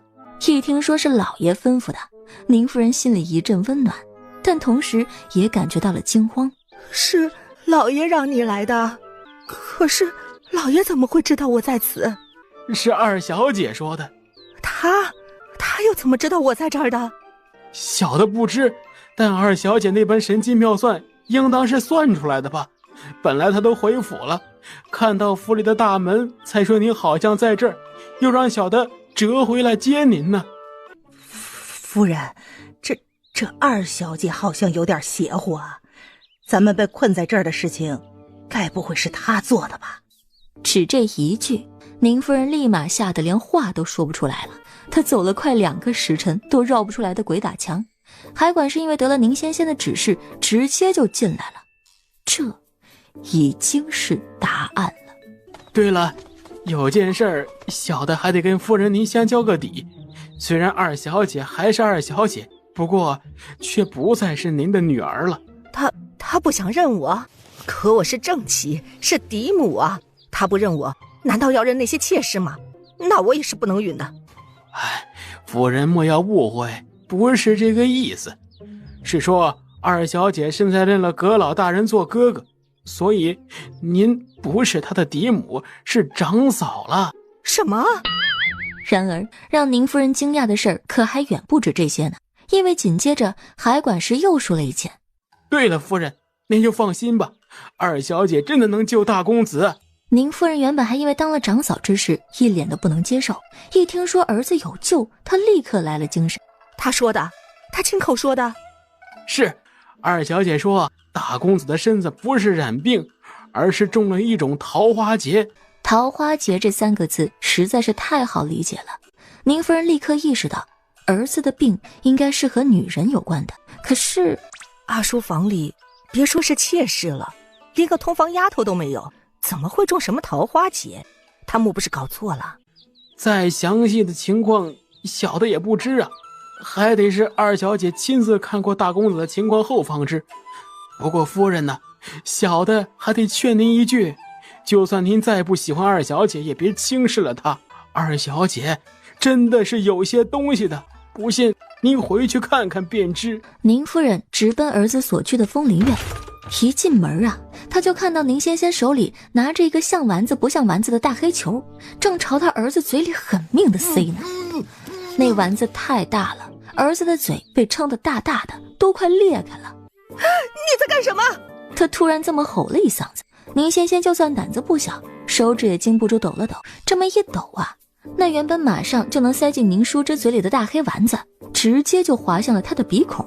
当然了，丸子那么大是塞不进鼻孔的，可他这个行为在别人看来就像他故意的。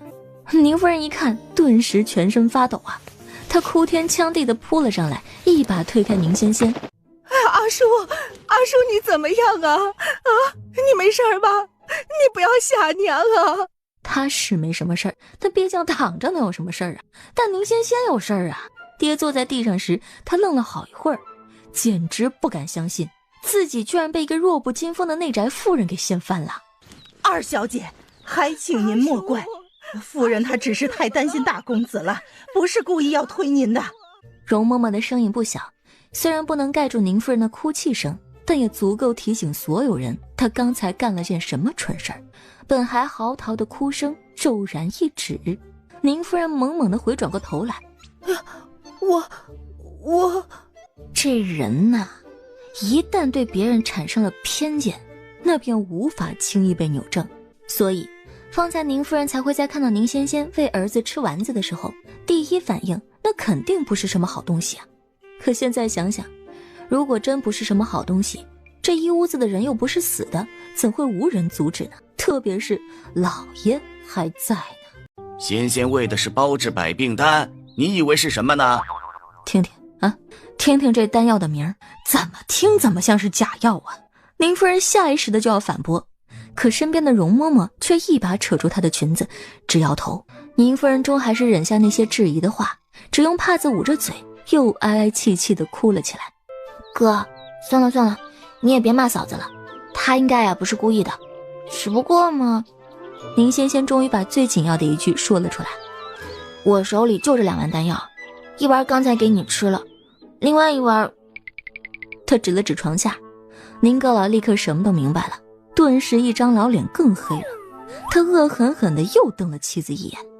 看看你干的好事，真是成事不足败事有余。宁夫人委屈的不行啊，可她敢屈不敢言，只能捂了嘴在一边又开始嘤嘤的哭。只是哭着哭着吧，她发现宁仙仙伸手到床底下，又把那颗丸子给捡了出来，但原本漆黑的丸子此刻沾满了灰尘，已经是个麻丸子了。宁仙仙问他们，那这个怎么办？还给他吃吗？